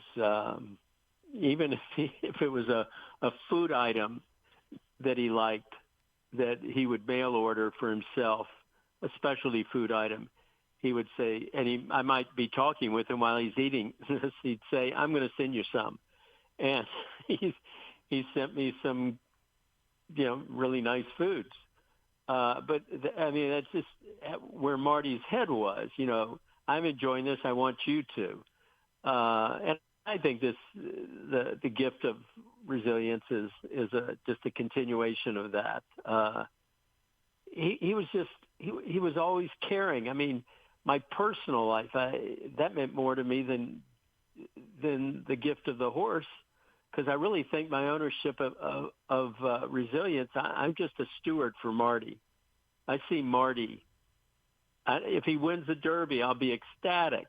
But let me tell you, I'll be no less ecstatic or no more ecstatic than I would have been if I were rooting for the horse in Marty's ownership. Mm-hmm. So that's how I see myself. I really see this as Marty and Pam's horse. I do, and I appreciate owning the horse. If you would have told me 10 years ago you're going to own a horse going to the Derby, I'd think all these crazy thoughts about it. I don't think of those crazy thoughts anymore. I'm just really happy to be in the position. I'm happy Marty's entrusted us with this horse, and we're going to do the best we can to confirm he made the right decision. Well, it's a beautiful story, Rick. Ric Waldman with me here on the Horse Racing Radio Network. Let's shift gears for just a minute. We've got about 3 minutes left here in this segment before I have to get to another commercial break. Phil D'Amato coming up next to talk about Santa Anita Derby winner Stronghold.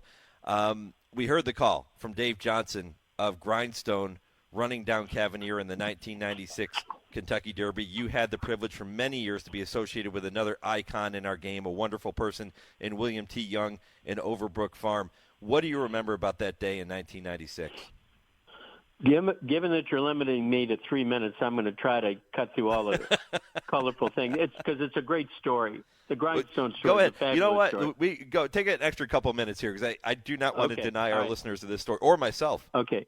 It is just it really shows W.T. Young for all his goodness that he did, and he was warranted with the win of it. So the mare Buzz My Bell, Overbrook paid a lot of money for, and she was a very fast mare, but she was kind of short-legged, very deep-bodied, strong, and we couldn't breed. We could, trying to play God and breed more height into her. It's really difficult to do on short mares, but we kept trying tall, leggy horses. So Mr. Young had somebody grab his collar and get him to buy this season 2 Unbridled that the Derby Museum, that the Ginter family gave the Derby Museum. And, of course, Mr. Young would be the first one. I think it was Carl Pollard, who might have been the chairman of the museum. He approached Mr. Young, and Mr. Young said, sure, And then he says, boys, find a mare for this stallion. So, I mean, that's the science of breeding. So we ended up choosing the 2. The mare was kind of getting to be a failure. So we did that, and then comes Grindstone. And he has a good 2-year-old year. Breaks his maiden in his first start, and then was 4th in the Bashford Manor. And then he had, I think he had 3 of his fetlock joints had chips, and so we took them out. Which I forget which horse is on the Derby trail and had chips taken out. It's a miraculous training job. Might have been deterministic. It's a miraculous training job for any trainer to be able to bring a horse back to even get on the Derby trail after that. But Wayne Lucas could do that. And so he wins the Louisiana Derby in March. And that time it was because there wasn't the gap between races as there is today. That was kind of a prep before the preps. And then Wayne runs him back in the Arkansas Derby, and he runs a really good second. It was an Arkansas horse that was on the lead, and we came from an outside post. I'm doing this all from memory, and ran a really good second. And all the smart guys in the Overbrook on the Overbrook team are saying this and that, let's do this, let's do that. And Wayne says, wait a minute, guys, you don't know what it took to get this horse here. He said, let me just take it back. And he did. and performed his Wayne Lucas magic, which he did so many times, especially for Overbrook. And, he comes, Jerry Bailey threads his way between the whole field from dead last or second to last. And the only time he led the race was at the finish. Yeah. I think he ran down Cavanier, if I'm not mistaken, which is a fabulous story. And he chipped a knee and never to run again. So he went from virtual obscurity. He wasn't on the radar per se to win the Derby, but he went from virtual obscurity to winning the Derby and then right back to obscurity, and which made managing a stud career challenging. But that aside, it's a great story about a great human who did the right humanistic thing, and then underscored by a training job that only Wayne Lucas could have done with this horse. No, what a great story. And by the way, the name of the horse that beat him in the Arkansas Derby, Zarb's Magic, the Louisiana bred, beat him by a neck that day, but Grindstone got by everybody a few weeks later in the Kentucky Derby. Yeah, that's great. Yeah, I thought it was an Arkansas bred, but it was Louisiana bred. Yeah, I remember that. Yep. Yeah. Wonderful stuff. Rick, listen, I really appreciate the visit here. Again, my sincere condolences on the passing of your friend, Marty Wygod. Let's go get it done on the first Saturday in May. It would be a wonderful way to honor Marty and to recognize him on that special day. Thanks, Mike, for letting me express myself, and thanks for your wishes. We're gonna go to the Derby, and we're going to have Marty with us, and we're going to have a good time. Yep. Amen to that. Rick, appreciate the visit, my friend. Thanks, Mike. Bye-bye. All right. Ric Waldman, always classy and so many great stories, and what a wonderful, wonderful ending to that beautiful life that Marty led, if indeed resilience can find his way to the winner's circle here in 3 weeks. Join me next Saturday here on the Equine Forum for another edition of Kentucky Bred, presented by the Kentucky Thoroughbred Development and Breeders Incentive Funds, providing awards of up to $5,000 and $7,500 for winning a Grade 1, Grade 2, or Grade 3 race anywhere in the USA and in multiple countries, and awards of $200,000 allocated to the top 20 claiming horses in Kentucky with the most claiming wins in the Bluegrass State. Breed them, raise them, race them. We all win with Kentucky Breds. Coming up next, I'm going to turn our attention westward. Trainer Phil D'Amato set to join me from Southern California to look back on last Saturday's Santa Anita Derby hero, Stronghold. This is the Equine Forum presented by TwinSpires on HRRN, horse racing's voice. Race the TwinSpires, where you can unlock a $25 risk-free bet. Just use the code HRRN25 when you sign up. And if your first bet doesn't win, TwinSpires will refund your account up to $25. Wagering on the app is fast with free past performances, insider picks, and power plays every day you wager. TwinSpires. Download the app today to earn your $25 risk-free bet. Void where prohibited. For terms and conditions, visit TwinSpires.com. Must be 18 or older, 21 and older where applicable. For help with a gambling problem, call 1-800-GAMBLER.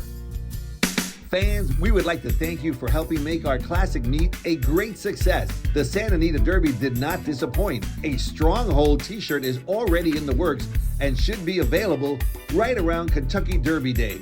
And how about that legendary performance by Frankie Dettori? It was just spectacular. We are now open for simulcasting, and live racing will return for our Hollywood meet on Friday, April 19th. Opening weekend brings us 4 big stakes races highlighted by the Grade 2 Santa Maria Stakes on April 21st. Great special events are lined up too, like a big day on April 27th filled with entertainment like the Frenchie Bulldog Derby, a Hot Wings trackside event, and a recently added Laughs and Lowriders event that features stand-up comedians, a classic car show, and a family fun zone all in the infield. The top jockeys, the top trainers, and world-class racing are here at the great race place, Santa Anita Park. There are thrills around every turn at Gulfstream Park during the Royal Palm Meet with live horse racing action Thursday through Sunday and simulcast opportunities 7 days a week. Come out and enjoy weekend stakes races, including the Royal Palm Juvenile on the road to Royal Ascot. Take in the action from the Carousel Club or feast in Ten Palms Restaurant with an elevated view of the track. For stake schedules, tickets, and more, head to GulfstreamPark.com. You're listening to the Equine Forum on HRRN, presented by TwinSpires. Imagination making his move past the quarter pole. EJ won the cup, running a good race on the outside. Tapalo is down at the rail, and Stronghold won from the outside. A driving finish. Stronghold bursts through between horses and is up to take the lead at the furlong pole. Imagination trying to match strides with him, and EJ won the cup in third. It's Imagination and Stronghold nose and nose in the Santa Anita Derby. Stronghold just in front, and Stronghold prevails under Antonio Fresu, who's jubilant, understandably, in this great moment, defeating Imagination. EJ won the cup, was third. Frank Miramati with the call of the Santa Anita Derby last Saturday at the Great Race Place in Arcadia, California. Big win by Stronghold to punch his ticket to the Kentucky Derby in 3 weeks. Antonio Fresu, a special moment for him too, and for trainer Phil D'Amato, who is set to join me momentarily from his base in South Florida, and he is indeed with us now. Phil, welcome to the program. Thank you for having me. Congratulations on that huge win. You know, I brought it up to you when I sent you a message and asked you to join me on the show. I said, he's undefeated since you and I have been doing these interviews together, so we had to keep it going. Yeah, no, I'm all for good karma, so let's keep it rolling. How cool was that win last Saturday? Yeah, that was awesome. He showed heart, grit, determination, all of the above, and got the job done. Like the way he galloped out, like the way he came out of the race. So, so far so good. There were a lot of people. He's never finished worse than second in his entire career. 6 races, he's never been worse than second. There were a lot of people that, after he won the Sunland Derby, were still saying, okay, Stronghold, you still have to show me. Yeah, I know he was getting respect in the wagering and all that kind of stuff, but they still wanted to see him do it in a Grade 1 race like he did last Saturday. What impressed you most about that win? Yeah, I just like, the way he does things around 2 turns. He's got that tactical speed. He can stalk and rate and finish, and he doesn't mind taking dirt in his face. So he's going to have to face a lot of that going into the Kentucky Derby. But I just like his progression from race to race, and especially his 2-turn races. What do you do with him going forward between now and the first Saturday in May? Yeah, I'm probably going to put 2 works into him and then run them. We'll probably have a work here at Santa Anita and a work at Churchill Downs, and then should be good to go. Do you think it's important to get that work over the surface? I don't think so, but the way the Derby setup is this year, you have to be at Churchill Downs a week out.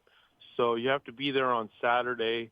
The way the flight arrangements are, the best way to get there and get your 2 breezes in spaced right, would be for me to breeze them once here at Santa Anita and then send them to Churchill, give them a little time to reacclimate to that track and breeze. So it's just by travel circumstances, that's the way it's going to go. But that's fine by me. What's his greatest strength? Is it his tactical speed? I think so. And his tactical speed and his ability he likes to battle in those dog fights and stay in there and he's just kind of got all those traits and I just like, again, he's just, to me, he's a horse. He's transforming mentally. He knows what his job is. He knows what he needs to do to get the job done. And those are all the things you just need to have a horse that's continually improving going, as a 3-year-old going into the Derby this time of year. It was a massive win for his jockey, Antonio Fresu, who knows him extremely well. How cool is it to celebrate that moment with him? Yeah, very special. Antonio and I have been working very well the last couple of months together. I think we've formed a good bond, and I like the team we have here. He breezes a lot of my horses in the morning and gives me really good insight and just work well together. We've clicked, and to win something like that with him, with a nice up and coming jock that I think is going to be a big addition to my barn. All those things are pluses. How about for you, winning that race? I know you've won a lot of big races, Phil, but what was the moment like for you, punching your ticket to the Derby last Saturday? Oh yeah, it's what I've worked for my whole career. I pretty much started working back east, in probably Churchill Downs was one of maybe my first jobs. And I used to look at the TwinSpires every day at the end of work over there and think that someday, hey, I'm going to get a horse to the Derby. And it took a while, but it looks like that should happen, God willing, and going to make the most of it. It seems almost impossible to me that Phil D'Amato has not started a horse in the Kentucky Derby yet. It just shows you how difficult it is to get a horse into that starting gate. Yeah, no doubt. I mean, you have to have the horse, and everything's got to go right. I pretty much had one bullet in that category. I get a lot of fillies. So I even with my dirt horses, I get when I get chances on the dirt, I get many more chances with dirt fillies than I do dirt colts. Just kind of by circumstance. So to have this horse and really train the mom, and for the breeders, the Wallers, it's even more special. So to have that whole family, come along before your eyes, it's just really fun. Do you stay with Antonio in the Run for the Roses? Yeah, no doubt. We're not changing anything. Antonio's a world-class traveler. These European jockeys, when they ride in Dubai, here, there, everywhere, they're really good at acclimating to the circumstances very fast. I mean, these guys are professionals, and the one thing about Antonio, I mean, we'll always say these jockeys are students of the game, but he is that to the utmost degree. He's the kind of guy. At night, he locks himself in a room for a couple hours and watches replays religiously, everywhere. I think probably the day after Stronghold won and he came back to the barn, he probably watched the last, 15 runnings of the Kentucky Derby. Just he's that kind of student, and I think we're both going to make the most of our opportunity. I spent some time in the previous segment visiting with Ric Waldman, the owner of Wood Memorial Winter Resilience. He was remembering his dear friend Marty Wygod, who passed away yesterday. Tell me a little bit more about owners Rick and Sharon Waller, the owners of Stronghold. They're really, really great people. They've been with me almost pretty much since I started training. They, run a small little breeding operation. Rick always kind of keeps a couple mares. I probably have about 4 or 5 horses for them every year, but they're great. They're like family. I mean, they're involved with my family and making sure, we're all enjoying ourselves along the way. But Rick and Sharon, they're a hoot. If you ever get a chance to spend some time with them, you'll know what I mean. Good people. Phil, I hope you're celebrating in 3 weeks beneath the TwinSpires. It would be a special moment for you and Rick and Sharon and Antonio, everybody associated with Stronghold. All the best, my friend. Good luck over the next 3 weeks, and I'll look forward to seeing you at Churchill Downs. Thank you so much. All right, that is trainer Phil D'Amato here on the Horse Racing Radio Network. Stronghold is Santa Anita Derby winner. Expected to have 2 more works, one of those coming at Churchill Downs before he goes postward in the Run for the Roses in 3 weeks. When I come back, I'll take a look at a couple of historical dates in racing history and share a really cool story involving one of the legendary Masters winners of all time. This is the Equine Forum on the Horse Racing Radio Network. Retirement can be scary, but only if you're not prepared. That's why AARP created thisispretirement.org. Because unless you've already retired, you're in pretirement, and you still have time to plan. Learn about retirement savings options, potential tax breaks, and how you can build savings over time. Visit thisispretirement.org for free resources to help you customize your action plan and feel the retirement fear disappear. Brought to you by AARP and the Ad Council. Did you receive a call or message that mentioned Social Security and demanded immediate action? Did the caller know your Social Security number or other personal information and tell you that your Social Security number had been used in connection with the crime? Did you feel worried that your Social Security number might be suspended, your bank account might be frozen or seized, or you could be arrested? That is not the Social Security Administration.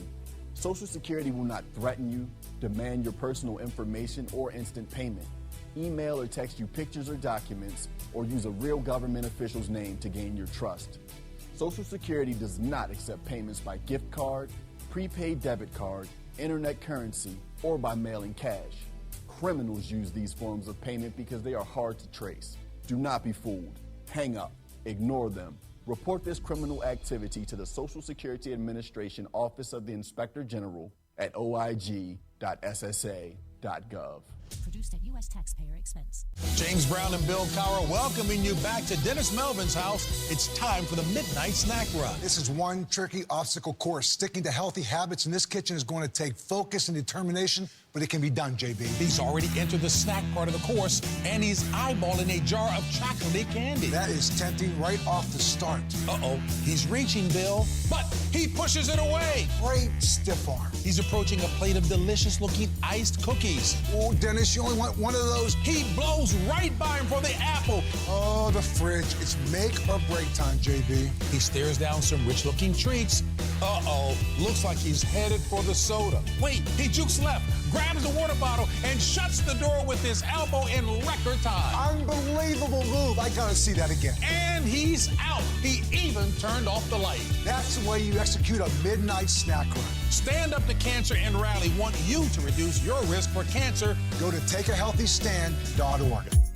Want to get the latest HRRN content directly on your computer or mobile device? Then subscribe to our podcast using the Podbean app or Apple Podcasts. Just go to hrrn.podbean.com on your computer and click follow, or download the Podbean app and search HRRN. You can also find us on Apple Podcasts and listen to our latest episodes anytime. Don't miss a thing. Subscribe to our podcasts today. You're listening to the Equine Forum on HRRN, presented by TwinSpires. Well, fans of golf will know that this weekend is special. It is the Masters Tournament, the final two rounds taking place today and tomorrow, and one of the great Masters champions of all time, Gary Player, is a huge horse racing fan. He's one of the top owners and breeders in his native South Africa. 10 years ago, I had a chance to sit down and talk with Gary Player at Keeneland. It is one of the true highlights of my entire broadcasting career. You can go back to our website and find that interview, by the way. Gary Player sent a tweet out earlier this week, and he was referencing the horse named Cody's Wish, named for Cody Dorman, who, of course, has passed away. Last week, one of Gary's horses that he named Double Grand Slam was set to run in a race, and before the race started, Gary met a young man named Reese from Durban who is battling obstacles in his life. Much like Cody Dorman, Reese is confined to a wheelchair, and Gary was so taken back by his remarkable positivity and joy and his courage that he invited Reese to come watch Double Grand Slam run, hoping that Double Grand Slam would win, which he did. He won comfortably. Gary Player has decided now, in honor of Reese, that he is going to rename Double Grand Slam Reese's Wish to honor the courage and bravery of the young man that he now refers to as his friend. It was a beautiful tweet, beautiful gesture on the part of the three-time Masters champion, the Hall of Fame golfer, and I knew when I sat down with him 10 years ago that he was a special person, and I wanted to share that with you. That is truly what this game is all about, and wonderful stuff. Thanks to Gary Player for doing that. Time now to take a look at a couple quick dates in historical racing history as they apply to this weekend before I get you ready for Hour 3. And just a couple quick ones here. It was April 12, 1948, after winning 7 consecutive races, that Citation lost the Chesapeake Trial Stakes by a length, and he lost that race to a horse named saggy, but rebounded to post 16 consecutive victories, including the Triple Crown. That was April 12th, 1948, so yesterday, the anniversary of that occurrence. And April 13th, 1872, today, the anniversary of the Louisiana Jockey Club holding its inaugural meet at Fairgrounds. The first race, a 2-mile hurdle, was won by Templo. And those are dates in racing history as they apply to this weekend in thoroughbred racing. Coming up next, hour number 3 loaded with more special content. Want to encourage you to continue weighing in on our poll question. So many of you have done that so far. Who is your Derby horse right now, as of today, 3 weeks out? Who is your Derby horse? You can go to @HRRN on Twitter, Horse Racing Radio Network on Facebook, and you can email the show, Mike at horseracing.radio.net, and let me know your thoughts. I'll try to update that coming up in hour number 3. If you missed any portion of the first 2 hours, head back to the website, check out the podcast. Plenty of great conversations there, talking Derby, talking Jenny Wiley, and looking back on a couple of the big Derby wins from last weekend. Hour 3 of the Equine Forum coming out next, right after this 10-second pause for station identification. This is the Horse Racing Radio Network.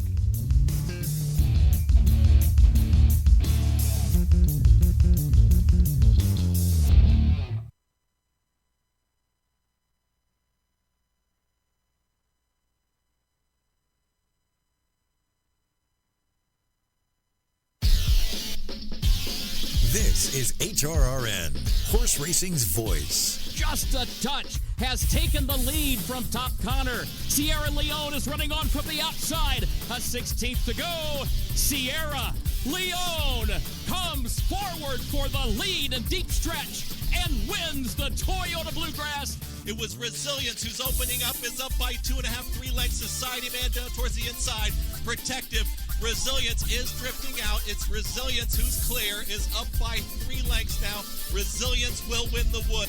Welcome to the Equine Forum, presented by TwinSpires. And Stronghold won from the outside. A driving finish. Stronghold bursts through between horses and is up to take the lead at the furlong pole. Imagination trying to match strides with him. And EJ won the cup in third. It's Imagination and Stronghold nose and nose in the Santa Anita Derby. Stronghold just in front and Stronghold prevails. Yankee Victor and Charismatic on the outside have gotten by Texas Glitter, and Finder's Gold and Epic Honor still have 3.5 lengths to make up as Charismatic strides forward in the final furlong and wrestles the lead away from Yankee Victor. Coming to the line of the Coolmore Lexington is going to be Charismatic in front. Now here's Mike Penna. Welcome back. Hour number 3 of the Equine Forum, presented by TwinSpires on this Saturday morning. Mike Penna, Baron of the Backstretch, happy to have you along for the ride as I take you right up until 11 a.m. Eastern. Boy, a busy first couple of hours, wasn't it? Getting a chance to talk about the huge day coming up at Keeneland later this afternoon, getting a chance to look back on some of last weekend's huge Derby results and look ahead to the first Saturday in May and all of the incredible action that's going to take place at Churchill Downs over the next, couple of weeks or so as we get into the road to, wrap up the road to the Kentucky Derby and get into this year's Run for the Roses. Hour 3 is going to be busy, too. Going to kick it off with James Scully momentarily. He will have this week's TwinSpires Triple Play. Kurt Becker will take you on his Stroll Through Racing History at 10:20. And at 10:30, I Ask, They Answer. Dale Roman's Tim Wilkin will both be with me to talk about some of the hottest topics, including are they buying or selling some of the horses that we saw win those Derby preps last weekend, including the Bluegrass winner, Sierra Leone. I'll find out what Dale and Tim think of his chances moving forward to the Kentucky Derby and so many of the others that we saw last weekend as well. If you missed any portion of the first couple of hours of the show, head back to our website, horseracingradio.net, to listen to the podcast whenever you get some time, and you can do that too on every podcast platform. Time now for this week's TwinSpires Triple Play. And as I mentioned, James Scully is indeed with me. He is with you every Thursday on the Brisnet.com call-in show here on the network. And now you get the chance to hear his 3 selections for this Saturday afternoon. James, good morning. Good morning, Mike. It's a pleasure to be joining you. And, yeah, this is an exciting time of year. I look forward to hearing what Dale and Tim have to say about last Saturday's prep races. We got one remaining qualifier, a minor one in the Lexington. Can't have, it looks like it will have like some impact on at least the Derby bubble, and we'll see. We'll see if it produces a horse or not. But got some good stakes racing this weekend. And then we're going to start getting closer to Kentucky Derby 150 on May 4th. I want to jump into your three selections for this afternoon for the TwinSpires Triple Play. But before we do, let me ask you this question, James. We've been waiting all spring, and really even looking back to last fall, we've been waiting for a horse to step forward on the road to the Derby and say, I am the one to beat. We saw Fierceness dominate the Florida Derby, and then last week Sierra Leone opened a lot of eyes once again with that powerful win in the Bluegrass Stakes. Have we now seen it? Are those the two horses that have set themselves apart from the rest of the field? Yes, and thank goodness, I agree. I think this year was a little bit strange in that it really all came down to the final round of preps. Usually, with the exception of Sierra Leone's win in the Risen Star, there hadn't been too many eye-opening performances. But Fierceness' 13.5 length win in the Florida Derby was a dynamite performance, and he's a super talented colt. He ran one of the fastest Breeders' Cup juveniles ever from, a speed number, performance metric standpoint. And he's got a chance to get out on the front end of the Derby and run a big race. He has a star quality to it, and so does Sierra Leone. He's this powerful, up and coming. One thing about Sierra Leone is he's running against the track flow, the track bias, and definitely in the Bluegrass, and arguably all three stakes races, and still finding a way to run huge. And he's a huge threat to just pounce from off the pace. So I think those two add a huge star quality to the Derby. And I think that Forever Young will really sort of come into focus once he gets to Churchill Downs and people start seeing him and become enamored with him, because he is the best Japanese horse ever to come over and try for this. In fact, he's the fastest Japanese dirt 2-year-old ever based on their time form, their performance ratings over there in Japan. So he's definitely going to have some followers as well. I think he'll be the third choice in the wagering, and I think it's a top-heavy quality Derby field that's lining up. All right, as you mentioned earlier, we do have one more opportunity for one or two horses to find themselves on the bubble after the Lexington Stakes at Keeneland this afternoon. I spent plenty of time talking about that earlier in the program. That is one of the three races you have selected for this week's TwinSpires Triple Play. We're going to begin with race 9 at Keeneland, which is the race preceding the Lexington. It is the Grade 1 Jenny Wiley. We'll talk about the Lexington, and then we will move on to the third and final leg you've selected, which is at Oakland Park. That is the Apple Blossom Grade 1 race number 11 on their program later today. So let's kick it off with the Jenny Wiley, mile and a 16th on the lawn. It is for the fillies and mares, and a race that has been dominated over the past decade by Chad Brown. He's looking to do it again. He has 4 of the 10 horses entered in this race. Can we beat Chad Brown, or is it his race to lose? I'm going to try to beat him, and I do respect Surge Capacity. She ran 2 huge races last year in the Valley View. That was a really good race, I thought, at Keeneland last October. And the Matriarch, Grade 1 Matriarch, both those races on firm ground. She had finished second in Lake Placid, and one did win the Lake George, and those races were on off turf. But, she's got to handle the conditions. We got so much rain Tuesday, Wednesday, Thursday, and into Friday in Lexington. The turf's going to be drying out more today. Obviously, it's supposed to be nice, out at Keeneland. But I do think the ground will have some give to it, and that's a question mark as well for Gina Romanica, who's obviously a very talented mare. She switched to turf after, I guess she switched to turf 2 years ago, and was just dynamite last year. Ran 3, I thought, really big races to conclude her season.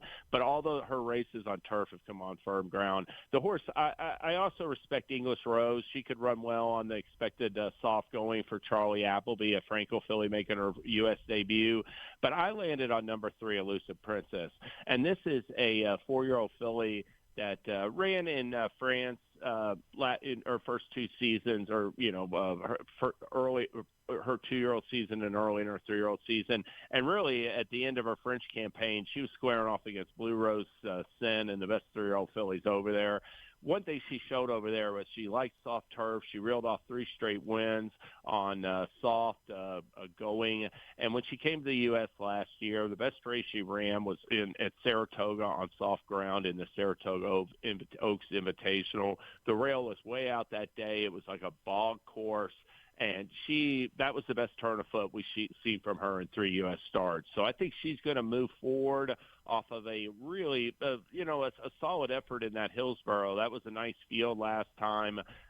Fluffy Socks is in the Jenny Wiley, beat her by a neck, but she still got beat just a length in 4th. And that's a good tightener, a good comebacker in my mind, and for Elusive Princess really to take a step forward and run a big race on turf that is less than firm on Saturday today. Yeah, only a neck behind Fluffy Socks for that 3rd position in the Hillsborough. So I guess if folks are fans of Fluffy Socks in here, that they have to kind of look toward your top pick as well. Yeah, I mean, and Fluffy Socks is in there as well. I just think, I think this is a race where, I'm not going to dismiss any of the Chad Brown runners. And if it was firm going, I think they would all arguably move forward in a sense. But I think the ground is going to benefit Elusive Princess. I like the fact that, like I said, she's got a race under her. And even her race in the QE2 last year at Keeneland wasn't a bad performance. She got beat 2 lengths that day or 2.5 lengths by Modge, who was just really, I thought, sharp that day. And, obviously got beat a nose by Master of the Seas in the Breeders' Cup Mile. So, I think Elusive Princess is going to show more at age 4 for Delacour. All right, and the French bred 8-1 on the morning line. So great value to kick off the TwinSpires triple play for James Scully on this Saturday morning. James, let's move on to the 10th race at Keeneland, which is the Lexington Stakes, Grade 3. Could be a win in your in for horses like Hades, for example, who is kind of sitting on the bubble for that Kentucky Derby right now. He's going to need a big effort later today. You have the Wine Steward in here for Mike Maker, who hasn't been seen since finishing 2nd in the Breeders' Futurity at Keeneland last October. How'd you see the Lexington? Well, I think the pace is going to be a little contested. And the Wine Steward, the horses in post 1, 3, and 4, I don't think none of them are going forward at the start. And considering how well he ran at 6 furlongs last year, and he really worked out a perfect stocky trip in the Breeders' Futurity, his last appearance from the inside, an up-close trip, I think he's sending from the inside with Lee Sayed. Hades is obviously going to show speed, adding blinkers. He won the Holy Bull on the front end, brilliant allowance, front-running allowance winner. So they're going to look to send with Jose Ortiz.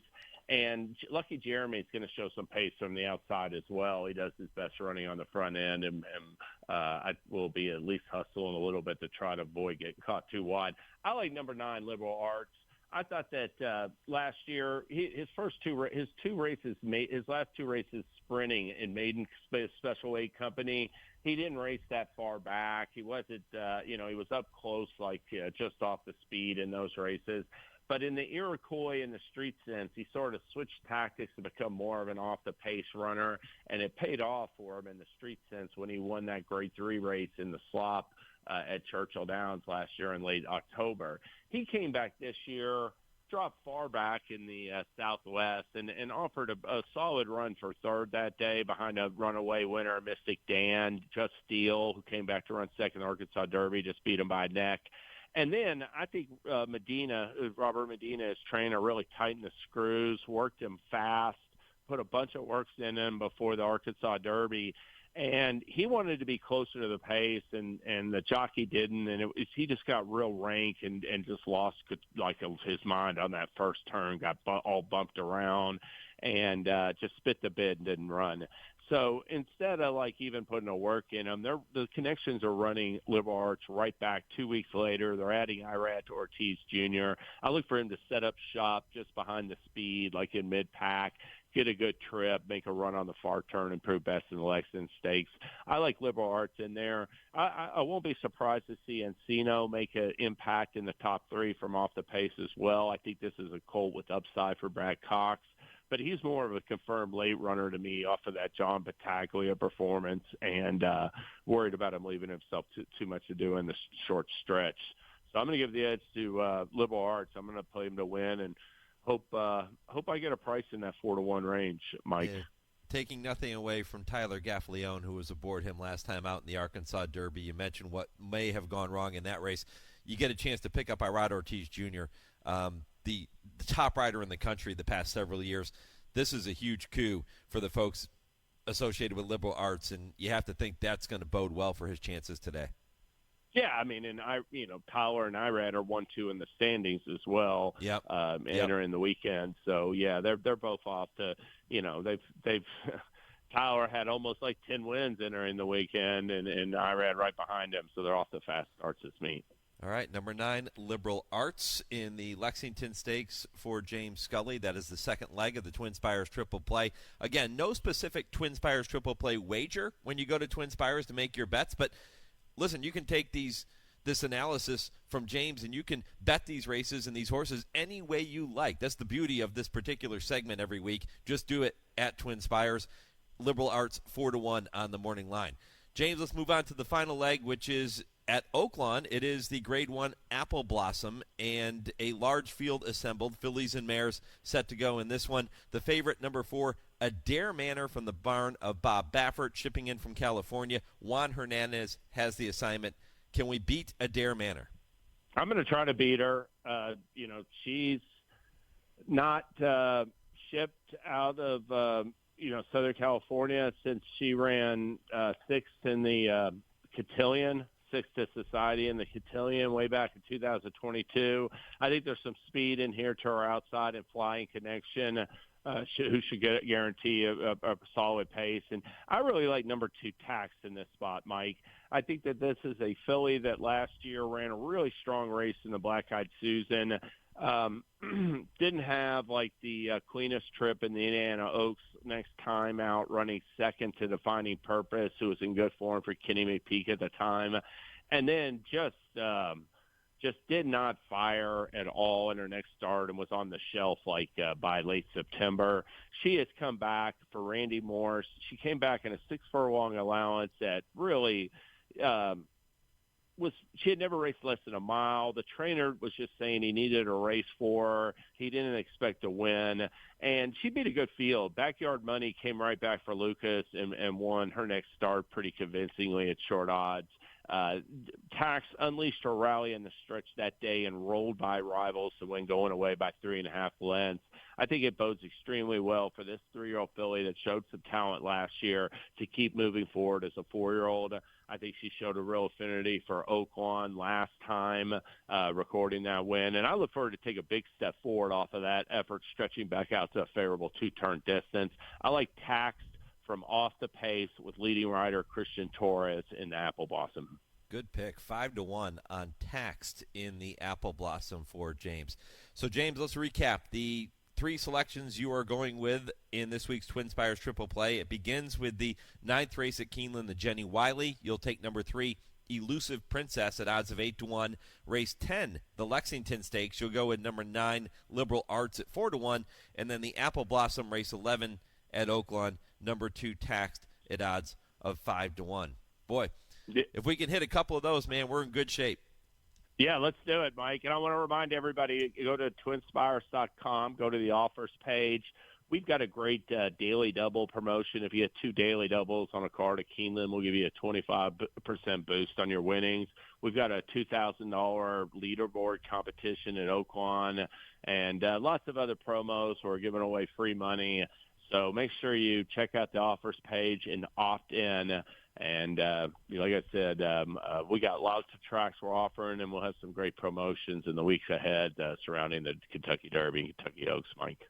Good luck this afternoon, James. Appreciate the visit, my friend. All right, same to you. Thanks for having me.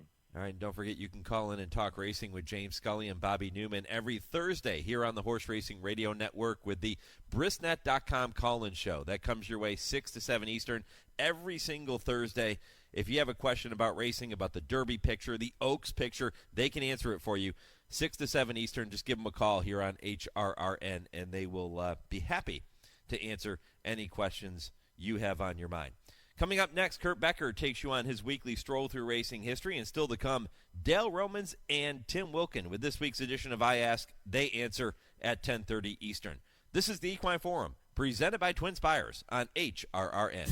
Race to TwinSpires, where you can unlock a $25 risk-free bet. Just use the code HRRN25 when you sign up. And if your first bet doesn't win, TwinSpires will refund your account up to $25. Wagering on the app is fast with free past performances, insider picks, and power plays every day you wager. TwinSpires. Download the app today to earn your $25 risk-free bet. Void where prohibited. For terms and conditions, visit TwinSpires.com. Must be 18 or older, 21 and older where applicable. For help with a gambling problem, call 1-800-GAMBLER.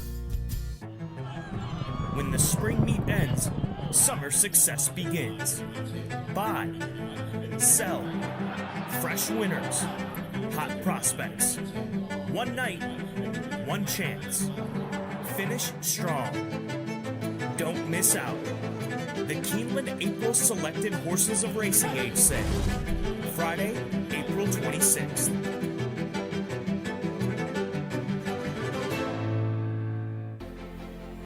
There are thrills around every turn at Gulfstream Park during the Royal Palm Meet with live horse racing action Thursday through Sunday and simulcast opportunities 7 days a week.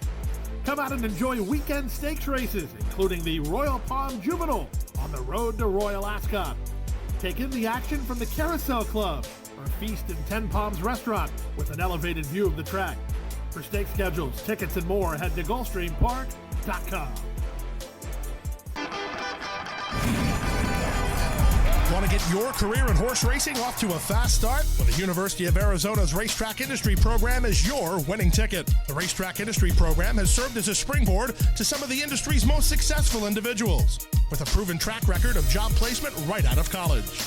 If you want to earn a degree in the exciting horse racing industry, the Racetrack Industry Program can put you in the winner's circle. Scholarships are available. Visit rtip.arizona.edu. You're listening to the Equine Forum on HRRN, presented by TwinSpires. Hello, I'm Kurt Becker. Thanks for joining me as I take another stroll through racing history presented by Keeneland. It is now less than 1 month until Churchill Downs presents the 150th running of the Kentucky Derby. And so we begin a series here on The Stroll where we look back at past milestone editions of the Run for the Roses. Today's focus is the 50th running of the Kentucky Derby, contested on May 17, 1924. The winner was Black Gold. Foaled on March 30th, 1921 in Lexington, Kentucky, Black Gold was a black colt which got his name not only because of his coloring, but also because his breeder and owner, Rosa Hoots, was from Oklahoma, where the oil boom was in full swing. Sired by Black Tony, a stallion which stood at the famed Idlehour Stock Farm in Lexington, Black Gold's dam was You See It, an Oklahoma-bred mare which had won dozens of dashes and had been a personal favorite of Rosa's late husband. The story goes that Mr. Hoots even got ruled off the turf after running You See It in a claiming race, but refusing to comply with the rules when another horseman submitted a claim. Regardless, on his deathbed, Mr. Hoots urged Rosa to breed You See It to a blue-blooded Kentucky stallion, and so she did. Black Gold, the foal which resulted from that mating, was described as small but handsome. The colt was sent to northern Oklahoma trainer Hanley Webb, and in 1923, when Black Gold was a 2-year-old, Webb raced him 18 times in a campaign which stretched from January through November. The colt won 9 races, including both his debut at Fairgrounds and his final start of the season at Churchill Downs. Observers spoke highly of the colt, but not necessarily of Webb. They said he was racing Black Gold too often. One sports writer declared, "This is a good horse that will be ruined by a crazy trainer." Webb, however, believed that the best way to keep a horse fit was not by training him, but by racing him. and he believed such racing experience would benefit Black Gold when it came time for the Spring Classics. Rosa Hoots had already turned down an offer of $20,000 for Black Gold early in 1923, and when he won his first 3 starts as a 3-year-old, the offers rose to $50,000. Again, she refused to sell. Black Gold arrived at Churchill Downs for the 50th running of the Kentucky Derby as the favorite. His lone stakes win as a juvenile had come in the Bashford Manor on the prior year's Derby undercard, and his 3-year-old season had already included a 6-length victory in the Louisiana Derby. For good measure, he added a win in the Derby Trial at Churchill on the Tuesday prior to the big event. Churchill Downs had been remade, enlarged, and beautified in the off-season. Flags and bunting sporting a green and white motif adorned the grounds, and a dirigible from the United States Army flew above the track, a predecessor of sorts to the Goodyear blimp of the modern era. A crowd estimated at 80,000 spectators packed the grounds on Derby Day 1924. As the field paraded to the post at 4:33 p.m., including 8-5 favorite Black Gold, thousands of individuals, to the dismay of the mounted police, charged across the homestretch and took positions along the inside rail for a better view of the race. And the view that race fans saw that day was jockey J.D. Mooney in the Hoot Stable's old rose silks with white cross sashes coming toward the front as the field turned for home. Black Gold, the crowd shouted as the favorite rallied down the center of the track. Passing his remaining rivals in the final furlong, Black Gold won the Kentucky Derby, causing the crowd to let loose with a chorus of cheers. A gold trophy was presented to Mrs. Hoots, who had become only the second woman in history to own a Kentucky Derby winner. After accepting the trophy, she turned to Webb and said, "I wish my husband could have been here to see his dreams come true." She then bowed to her horse as the crowd continued chanting the name Black Gold. A few days later, the horseshoe-shaped floral wreath which had been won by Black Gold was placed on the grave of Rosa's husband in Pawhuska, Oklahoma. The golden trophy was put on display at the Oklahoma National Bank in rural Skiatook and was later displayed at the Osage County Fair. In the words of one reporter, this was a derby not for the captains of industry, but for the farmers and the laborers. As for Black Gold, he would not run in the Preakness or the Belmont, but he would win the Chicago Derby and the Ohio Derby later that season. There would be a brief retirement for stallion duty, but he proved infertile. Black Gold then returned to the races, but he died in January of 1928 as the result of an injury. His final resting place is on the infield at Fairgrounds in New Orleans, site of both the first and final races of his career. It was said that Black Gold was to the turf what Cinderella was to the fairy tale. But the Lexington Herald perhaps summarized the 50th running of the Kentucky Derby best when it said, "There is no derby that has not the element of romance, but there has been no derby in which that element was found so richly as in the Golden Jubilee." Please join me again next week when I take another stroll through racing history presented by Keeneland. For HRRN, I'm Kurt Becker.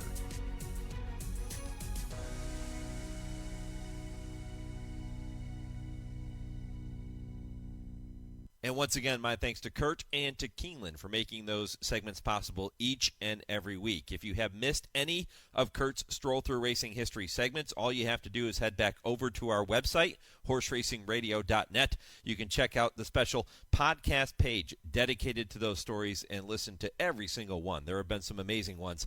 Go back and listen at horseracingradio.net. When I come back, Del Romans, Tim Wilkin, they will be here. It is this week's edition of I Ask, They Answer. This is the Equine Forum, presented by TwinSpires on HRRN. This is HRRN, horse racing's voice.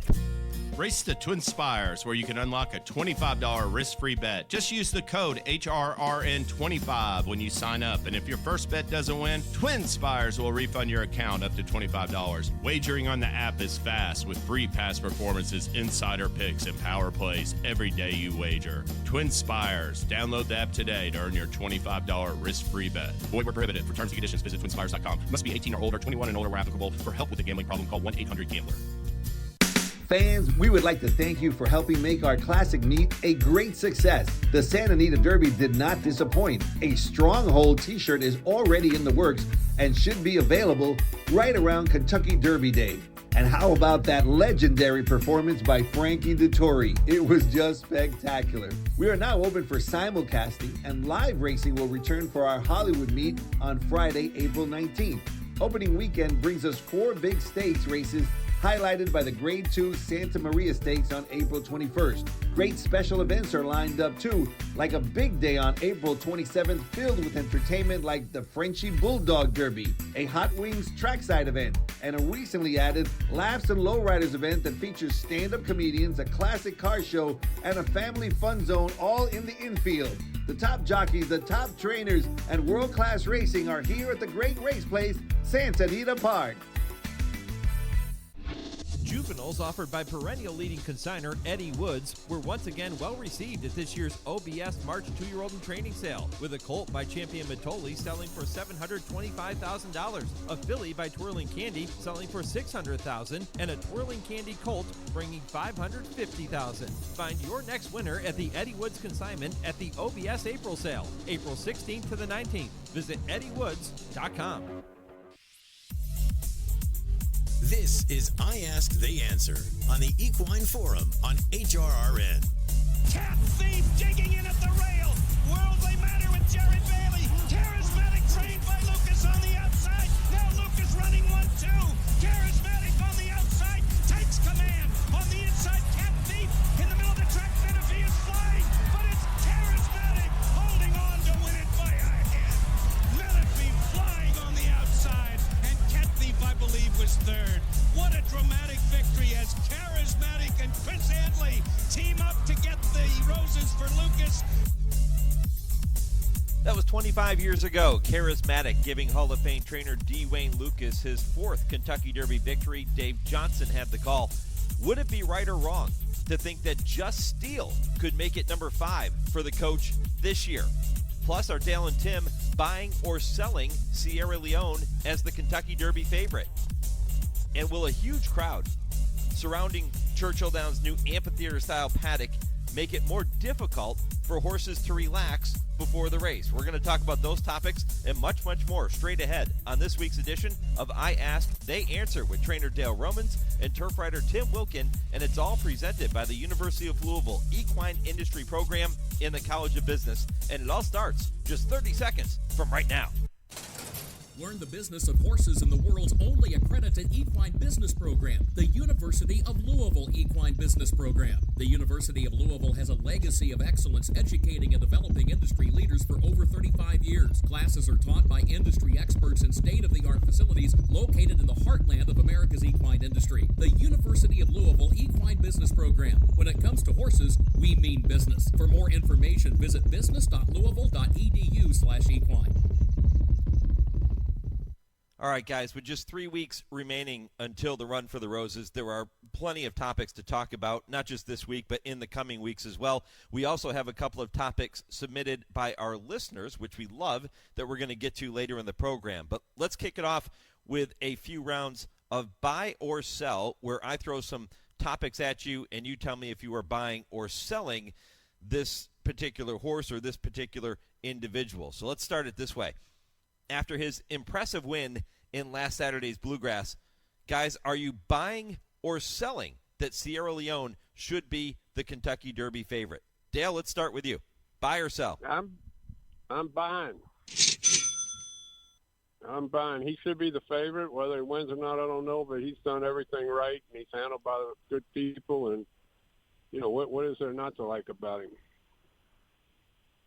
Maybe the fact that Fierceness won the Florida Derby by the length of the stretch. Does he get no love? Yeah, he's going to get plenty of love, but I'll make him second choice just because he's been in and out in a few spots. Tim? Oh, boy. You know, I thought long and hard about this one. I'm selling.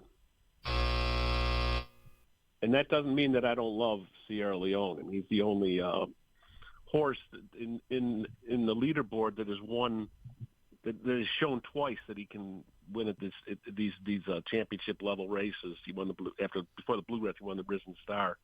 But fierceness, if he's turned the corner and got over his inconsistency issues, I think he's going to be a monster in this race. He doesn't have to have the lead to win.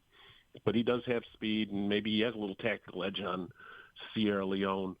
But one thing I was a little concerned about in the Bluegrass was the way that he balked for several minutes before going to the starting gate. And I know Chad Brown's going to work hard with him in schooling, and he'll have him as right as he can be. But, at 150,000 people, a lot of horses do have meltdowns. Sierra Leone has plenty of talent. He's Chad Brown's best chance that he's ever had to win the Kentucky Derby. And remember, he had Good Magic, who's finished second to Justify. But right now, a lot can happen. We'll wait for the post positions, too. I think Fierceness will be the favorite.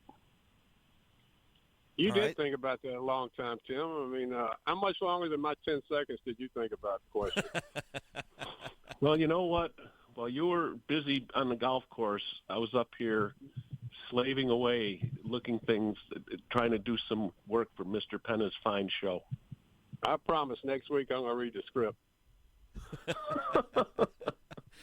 Dale, you don't need to read the script to answer this next question. I can promise you that. The Brad Cox-trained Catching Freedom would be the first Louisiana Derby winner to take home the roses since Grindstone did it in 1996.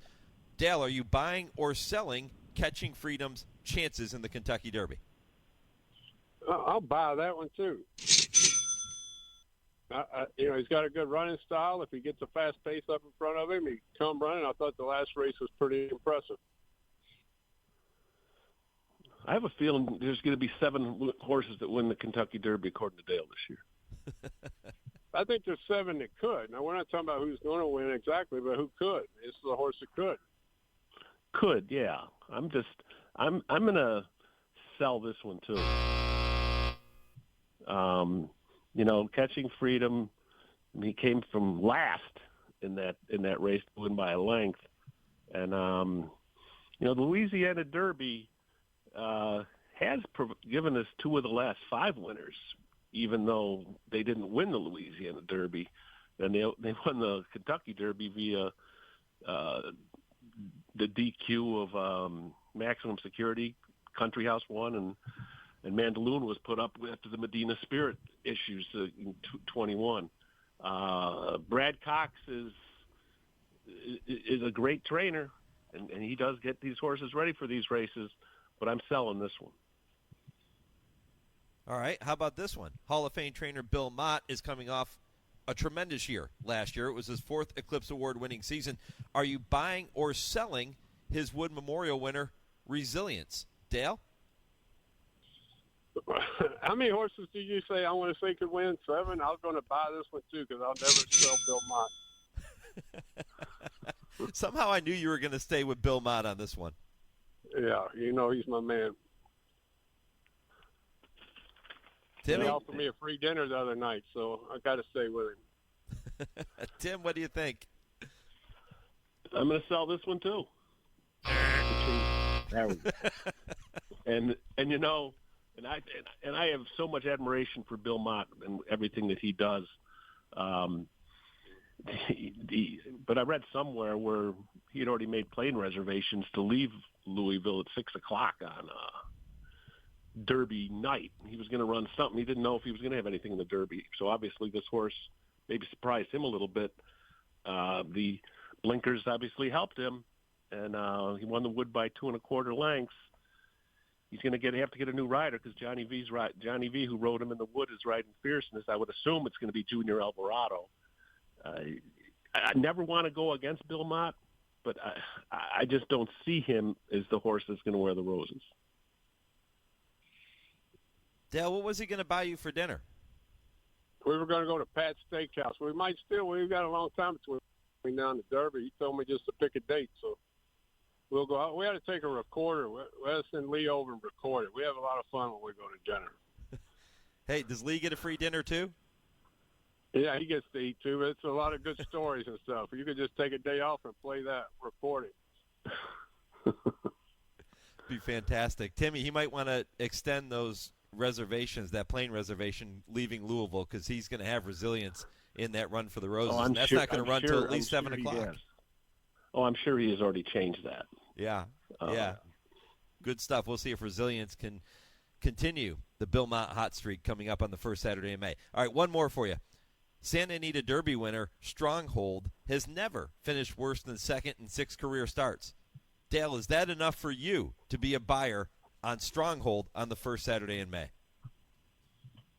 Well, Tim's shaming me into selling something. I'm going to sell this one. I'm not going to buy this one. We'll let Tim. Now, Tim, you haven't bought one yet, so I'm selling. I'm a little weak on California this year. I agree. I'm selling this one too. I'm selling everything. I mean, this is Stronghold. He won the Santa Anita Derby by a neck over Imagination, who was, face it, was one of Baffert's second stringers. His 2 big guns, Nysos and Muth, can't run in the Kentucky Derby, and Nysos is on the sidelines anyway. It's in a way I'm glad that Stronghold was able to win this, so there will be a California presence in the Derby. Stronghold and I think Michael McCarthy's Endlessly are the only ones that are looking towards the Derby. And I think Endlessly's looking that way after he won the synthetic race at the Jeff Ruby Stakes.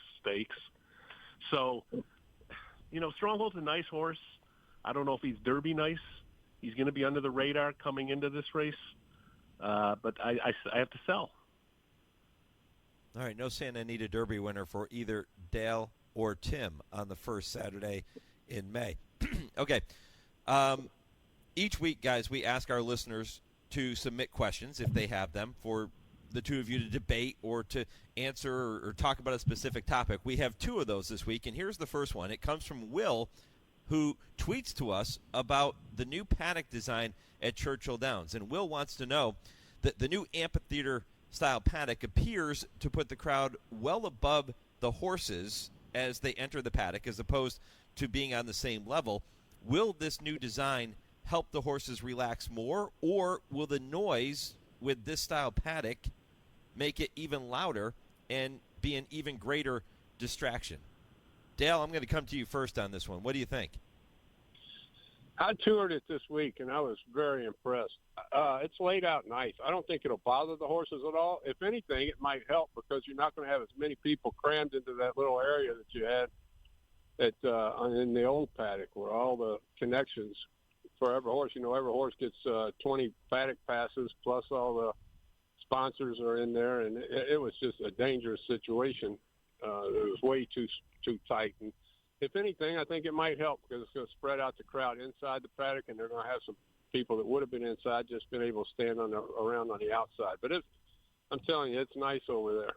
It's really nice, better than I expected. Obviously I haven't seen it, and I remember I've been there enough times to have remembered the old paddock the way it was, and like Dale says, people were just crammed in there, and I've saw a lot of horses melt down going into the paddock or out of it. I mean, some of them aren't bothered at all, but when you have 150,000 people, there's going to be noise. There's no doubt about that, and standing when they're above it, do horses look up? I mean, I know that they put the in the paddock at Saratoga along the horse path as the horses went out, they put these new suites up there, and there was always people up there, and there was some concern by some people thinking that the noise might bother the horses, but I don't think there was ever an incident at all last summer. So, yeah, they're not going to be able to mute 150,000 people. Some horses are really going to, I think, will freak out because that's what happens. But the new paddock at Churchill, it looks like it's going to be beautiful. And, I can't say if it's going to be good, if it's going to be good or bad for them until we try it, and so we see what happens. But I would assume that it'll be mostly okay. Dale, it's not uncommon for a track like Saratoga, for example. That paddock always gets filled up pretty quickly, and there can be a lot of people there. Keeneland the same way. It's not uncommon for a paddock to offer access to a lot of connections, owners, trainers, family members, media members, whatever the case might be. How much time do trainers actually spend worrying about that with their horses and the effect it could have on them? And if you do worry about it, how do you prepare your horse to maintain their composure when they walk into an environment like that? Well, all we can do is school them in the paddock. I mean, there's no way to replicate the crowd noise or what's going to go on at the Derby. And you're talking about the paddock at Keeneland and Saratoga. I mean, they're 10 times bigger than the old paddock area was for people at Churchill. This is going to be a whole lot better. There's not a lot you can do, though, to get them ready for 150,000 people. You can't get that many to come out and practice with you. So it's hopefully – but, most of these horses that get to this level are so smart, and most of them are fairly calm. I think that's why you haven't seen a lot more incidents or problems. I mean, there's been a few here and there, but nothing major. These are the cream of the crop, and they got there by being smart professional horses. Well, it sounds like that new Churchill paddock is going to be spectacular. I can't wait to get a look at it here in a couple of weeks and see it in person for myself and, tweet out some pictures. I'm sure it's going to be quite an addition to what is already an incredible racetrack there at Churchill. All right, let's move on to welcome our good friend Nick Zito to the program. And Dale and Tim will get to tell me if the following statements are right or wrong. Yeah, right or wrong. Am I right? What do you think? Right or wrong? Let's begin with this one, gentlemen. In only his third career start, Just a Touch looked as if he would win the Bluegrass Stakes in deep stretch last Saturday before being run down by potential Derby favorite Sierra Leone. I say, if you're a fan of Sierra Leone in this year's Derby, you also have to love Just a Touch. Tim Wilkin, is that right or wrong? What do you think? Right or wrong? I'm going to go wrong on this one. What? Yeah, I'm Mr. Negative today, right? Today? What are you talking about? Just a Touch is going against one of the biggest curses of all in the history of the Triple Crown, even though in the history of the Kentucky Derby. We didn't race at 2, and that was always called the Curse of Apollo, even though that curse has sort of been tempered recently because just last year, Mage won without racing as a 2-year-old. Justified did it. Big Brown did it. And, they're only having 3 career starts, lifetime. Then there's Mage and Justify beat that, too. Just a Touch, in the second to Gotham is a favorite, and second in the Bluegrass is third choice. He has a chance to hit the board, but I'm not going to say he's going to win it. I just think there's too many other. I think he's in the echelon below the top 5 or 6. Yeah, I'm going to agree with you, Tim. I'm going wrong here, too. I think it's just too much to ask. You've got to be a super horse to do it. I mean, he's a very nice horse, and he's going to be a force to be reckoned with as the year goes on. But that's an awful lot to ask. And, by the way, Big Brown did run it, too. He broke his mate at Saratoga on the first time out. Jesus, I made a mistake. I'm sorry. Can't correct you very often, so I wanted to get my dig in there. I guess I have to do 10 push-ups. Yeah. I have to tell you, Just a Touch was so impressive to me last weekend. And I do think if you like Sierra Leone, you have to love Just a Touch, too. I mean, they were pretty much right together. It looked like Just a Touch was going to beat them. I go back to one of the few times I actually picked a winner of the Breeders' Cup Classic when Concern and Holy Bull met in the Travers Stakes. Concern almost beat Holy Bull that day. When they got to the Breeders' Cup Classic later in the season, Holy Bull wasn't there, but Concern was. I bet on Concern. He won the race, and I only bet him because I figured if he could be that close to Holy Bull, he had to be better than every other horse in the race. And I think you could use the same logic here with Just a Touch. At least that's what I'm going to stick with. So I will say that I am right with that statement that you have to love Just a Touch in the Kentucky Derby. How about this one? Arkansas Derby runner-up Just Steele is going to be the 50th Kentucky Derby starter for Hall of Fame trainer D. Wayne Lucas. In addition to his 4 wins, Lucas has had 6 other horses finish in the top 3. If I were to say that Just Steel will follow suit and find his way into the trifecta in this year's Derby, would I be right or wrong? What do you think? Right or wrong? Tim, what do you think?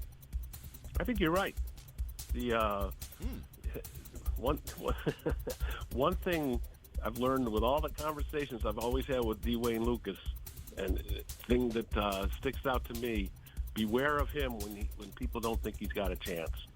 Of his 4 Derby winners, none of them were favorite, and he had some big balloons in there with Thunder Gulch and Charismatic. I mean, this is and the Derby is better when there's some of the trainers are in it. And I'll include Dale in that, too, because it's always more fun when Dale has a horse in the race. It's always fun when D. Wayne Lucas has a horse in the race, and this is his first one since 2018. Just Steel doesn't have a win this year. He's also got 11 career starts, so he's got plenty of foundation. He was second in Arkansas at 32-1. Watch out. Watch the board with this one, because I think he's got a chance to hit the board at a big number. Just like with Bill Mott, never count the coach out, ever. You're right. And he told me a long time ago when I ran a maiden in the Belmont, and everybody was kind of laughing at me. We ended up third. That he said, don't listen to the press. He said, I've made millions of dollars running horses where people said they didn't belong. Never count him out. But I'll guarantee another thing. If you spent 5 minutes before the race talking to Wayne, you'd be betting on the horse. He'll have you so pumped up. Yeah, he certainly will. Nobody pulls a rabbit out of a hat like the great D. Wayne Lucas. We'll see if he can do it again with Just Steel. Hey, I got a bonus one for you guys. News coming out yesterday that the University of Kentucky has hired BYU basketball coach Mark Pope as their new men's basketball coach. Is that decision, Dale, right or wrong? What do you think? Right or wrong?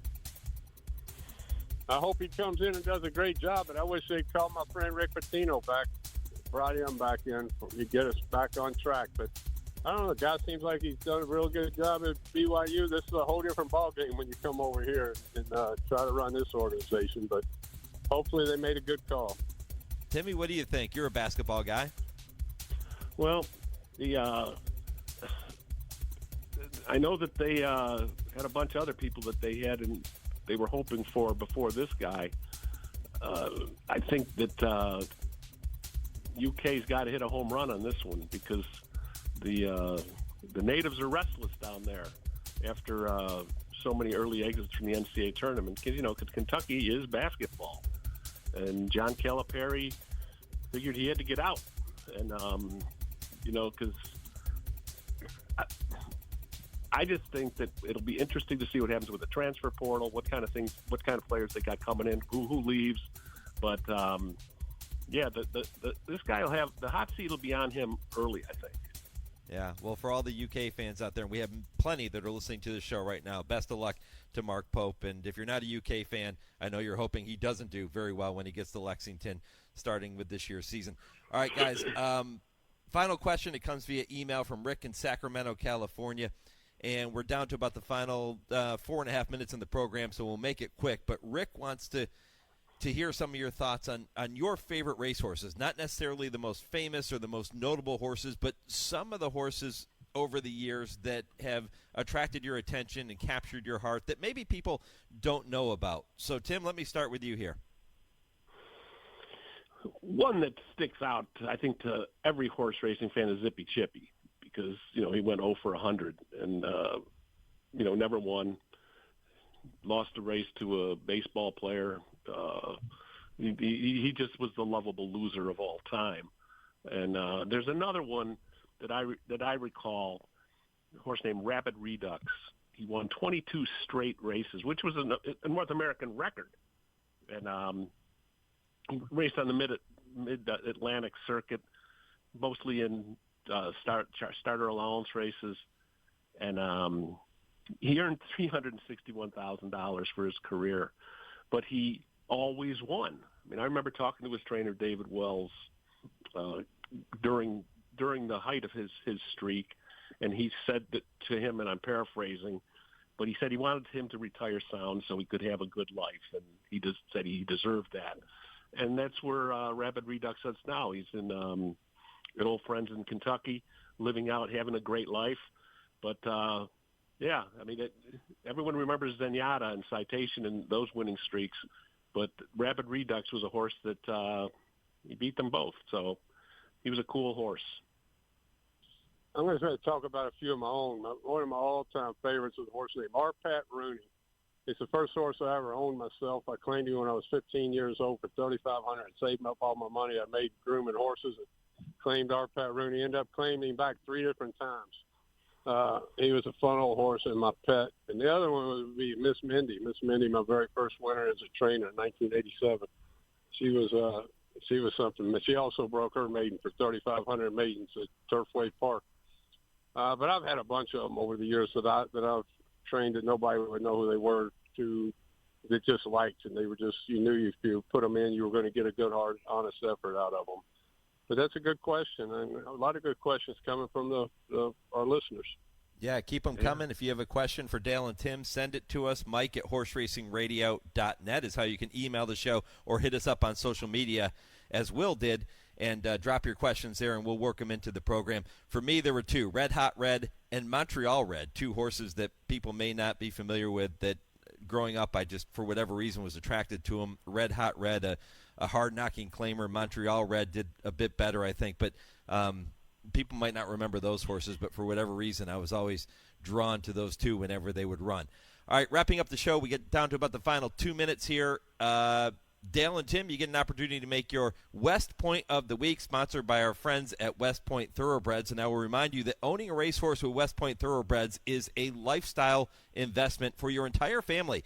It's a smart, fun way for owners to enjoy being an instant insider and access the major leagues of racing for a fraction of the cost of doing it alone. West Point Thoroughbreds, the gold standard in racing partnerships. Tim Wilkin, what is your West Point of the Week?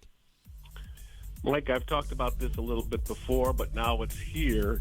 On Thursday, the Oklahoma training track opens for business in Saratoga, which is a sure sign that spring is here and horse racing season is here as well upstate. There won't be many people there on opening day, but the track is open. There will be a couple of horses out there. I might even go up there to check things out, but it's always a welcome sign when the Oklahoma opens. Yes, it is. Send some pictures, Tim.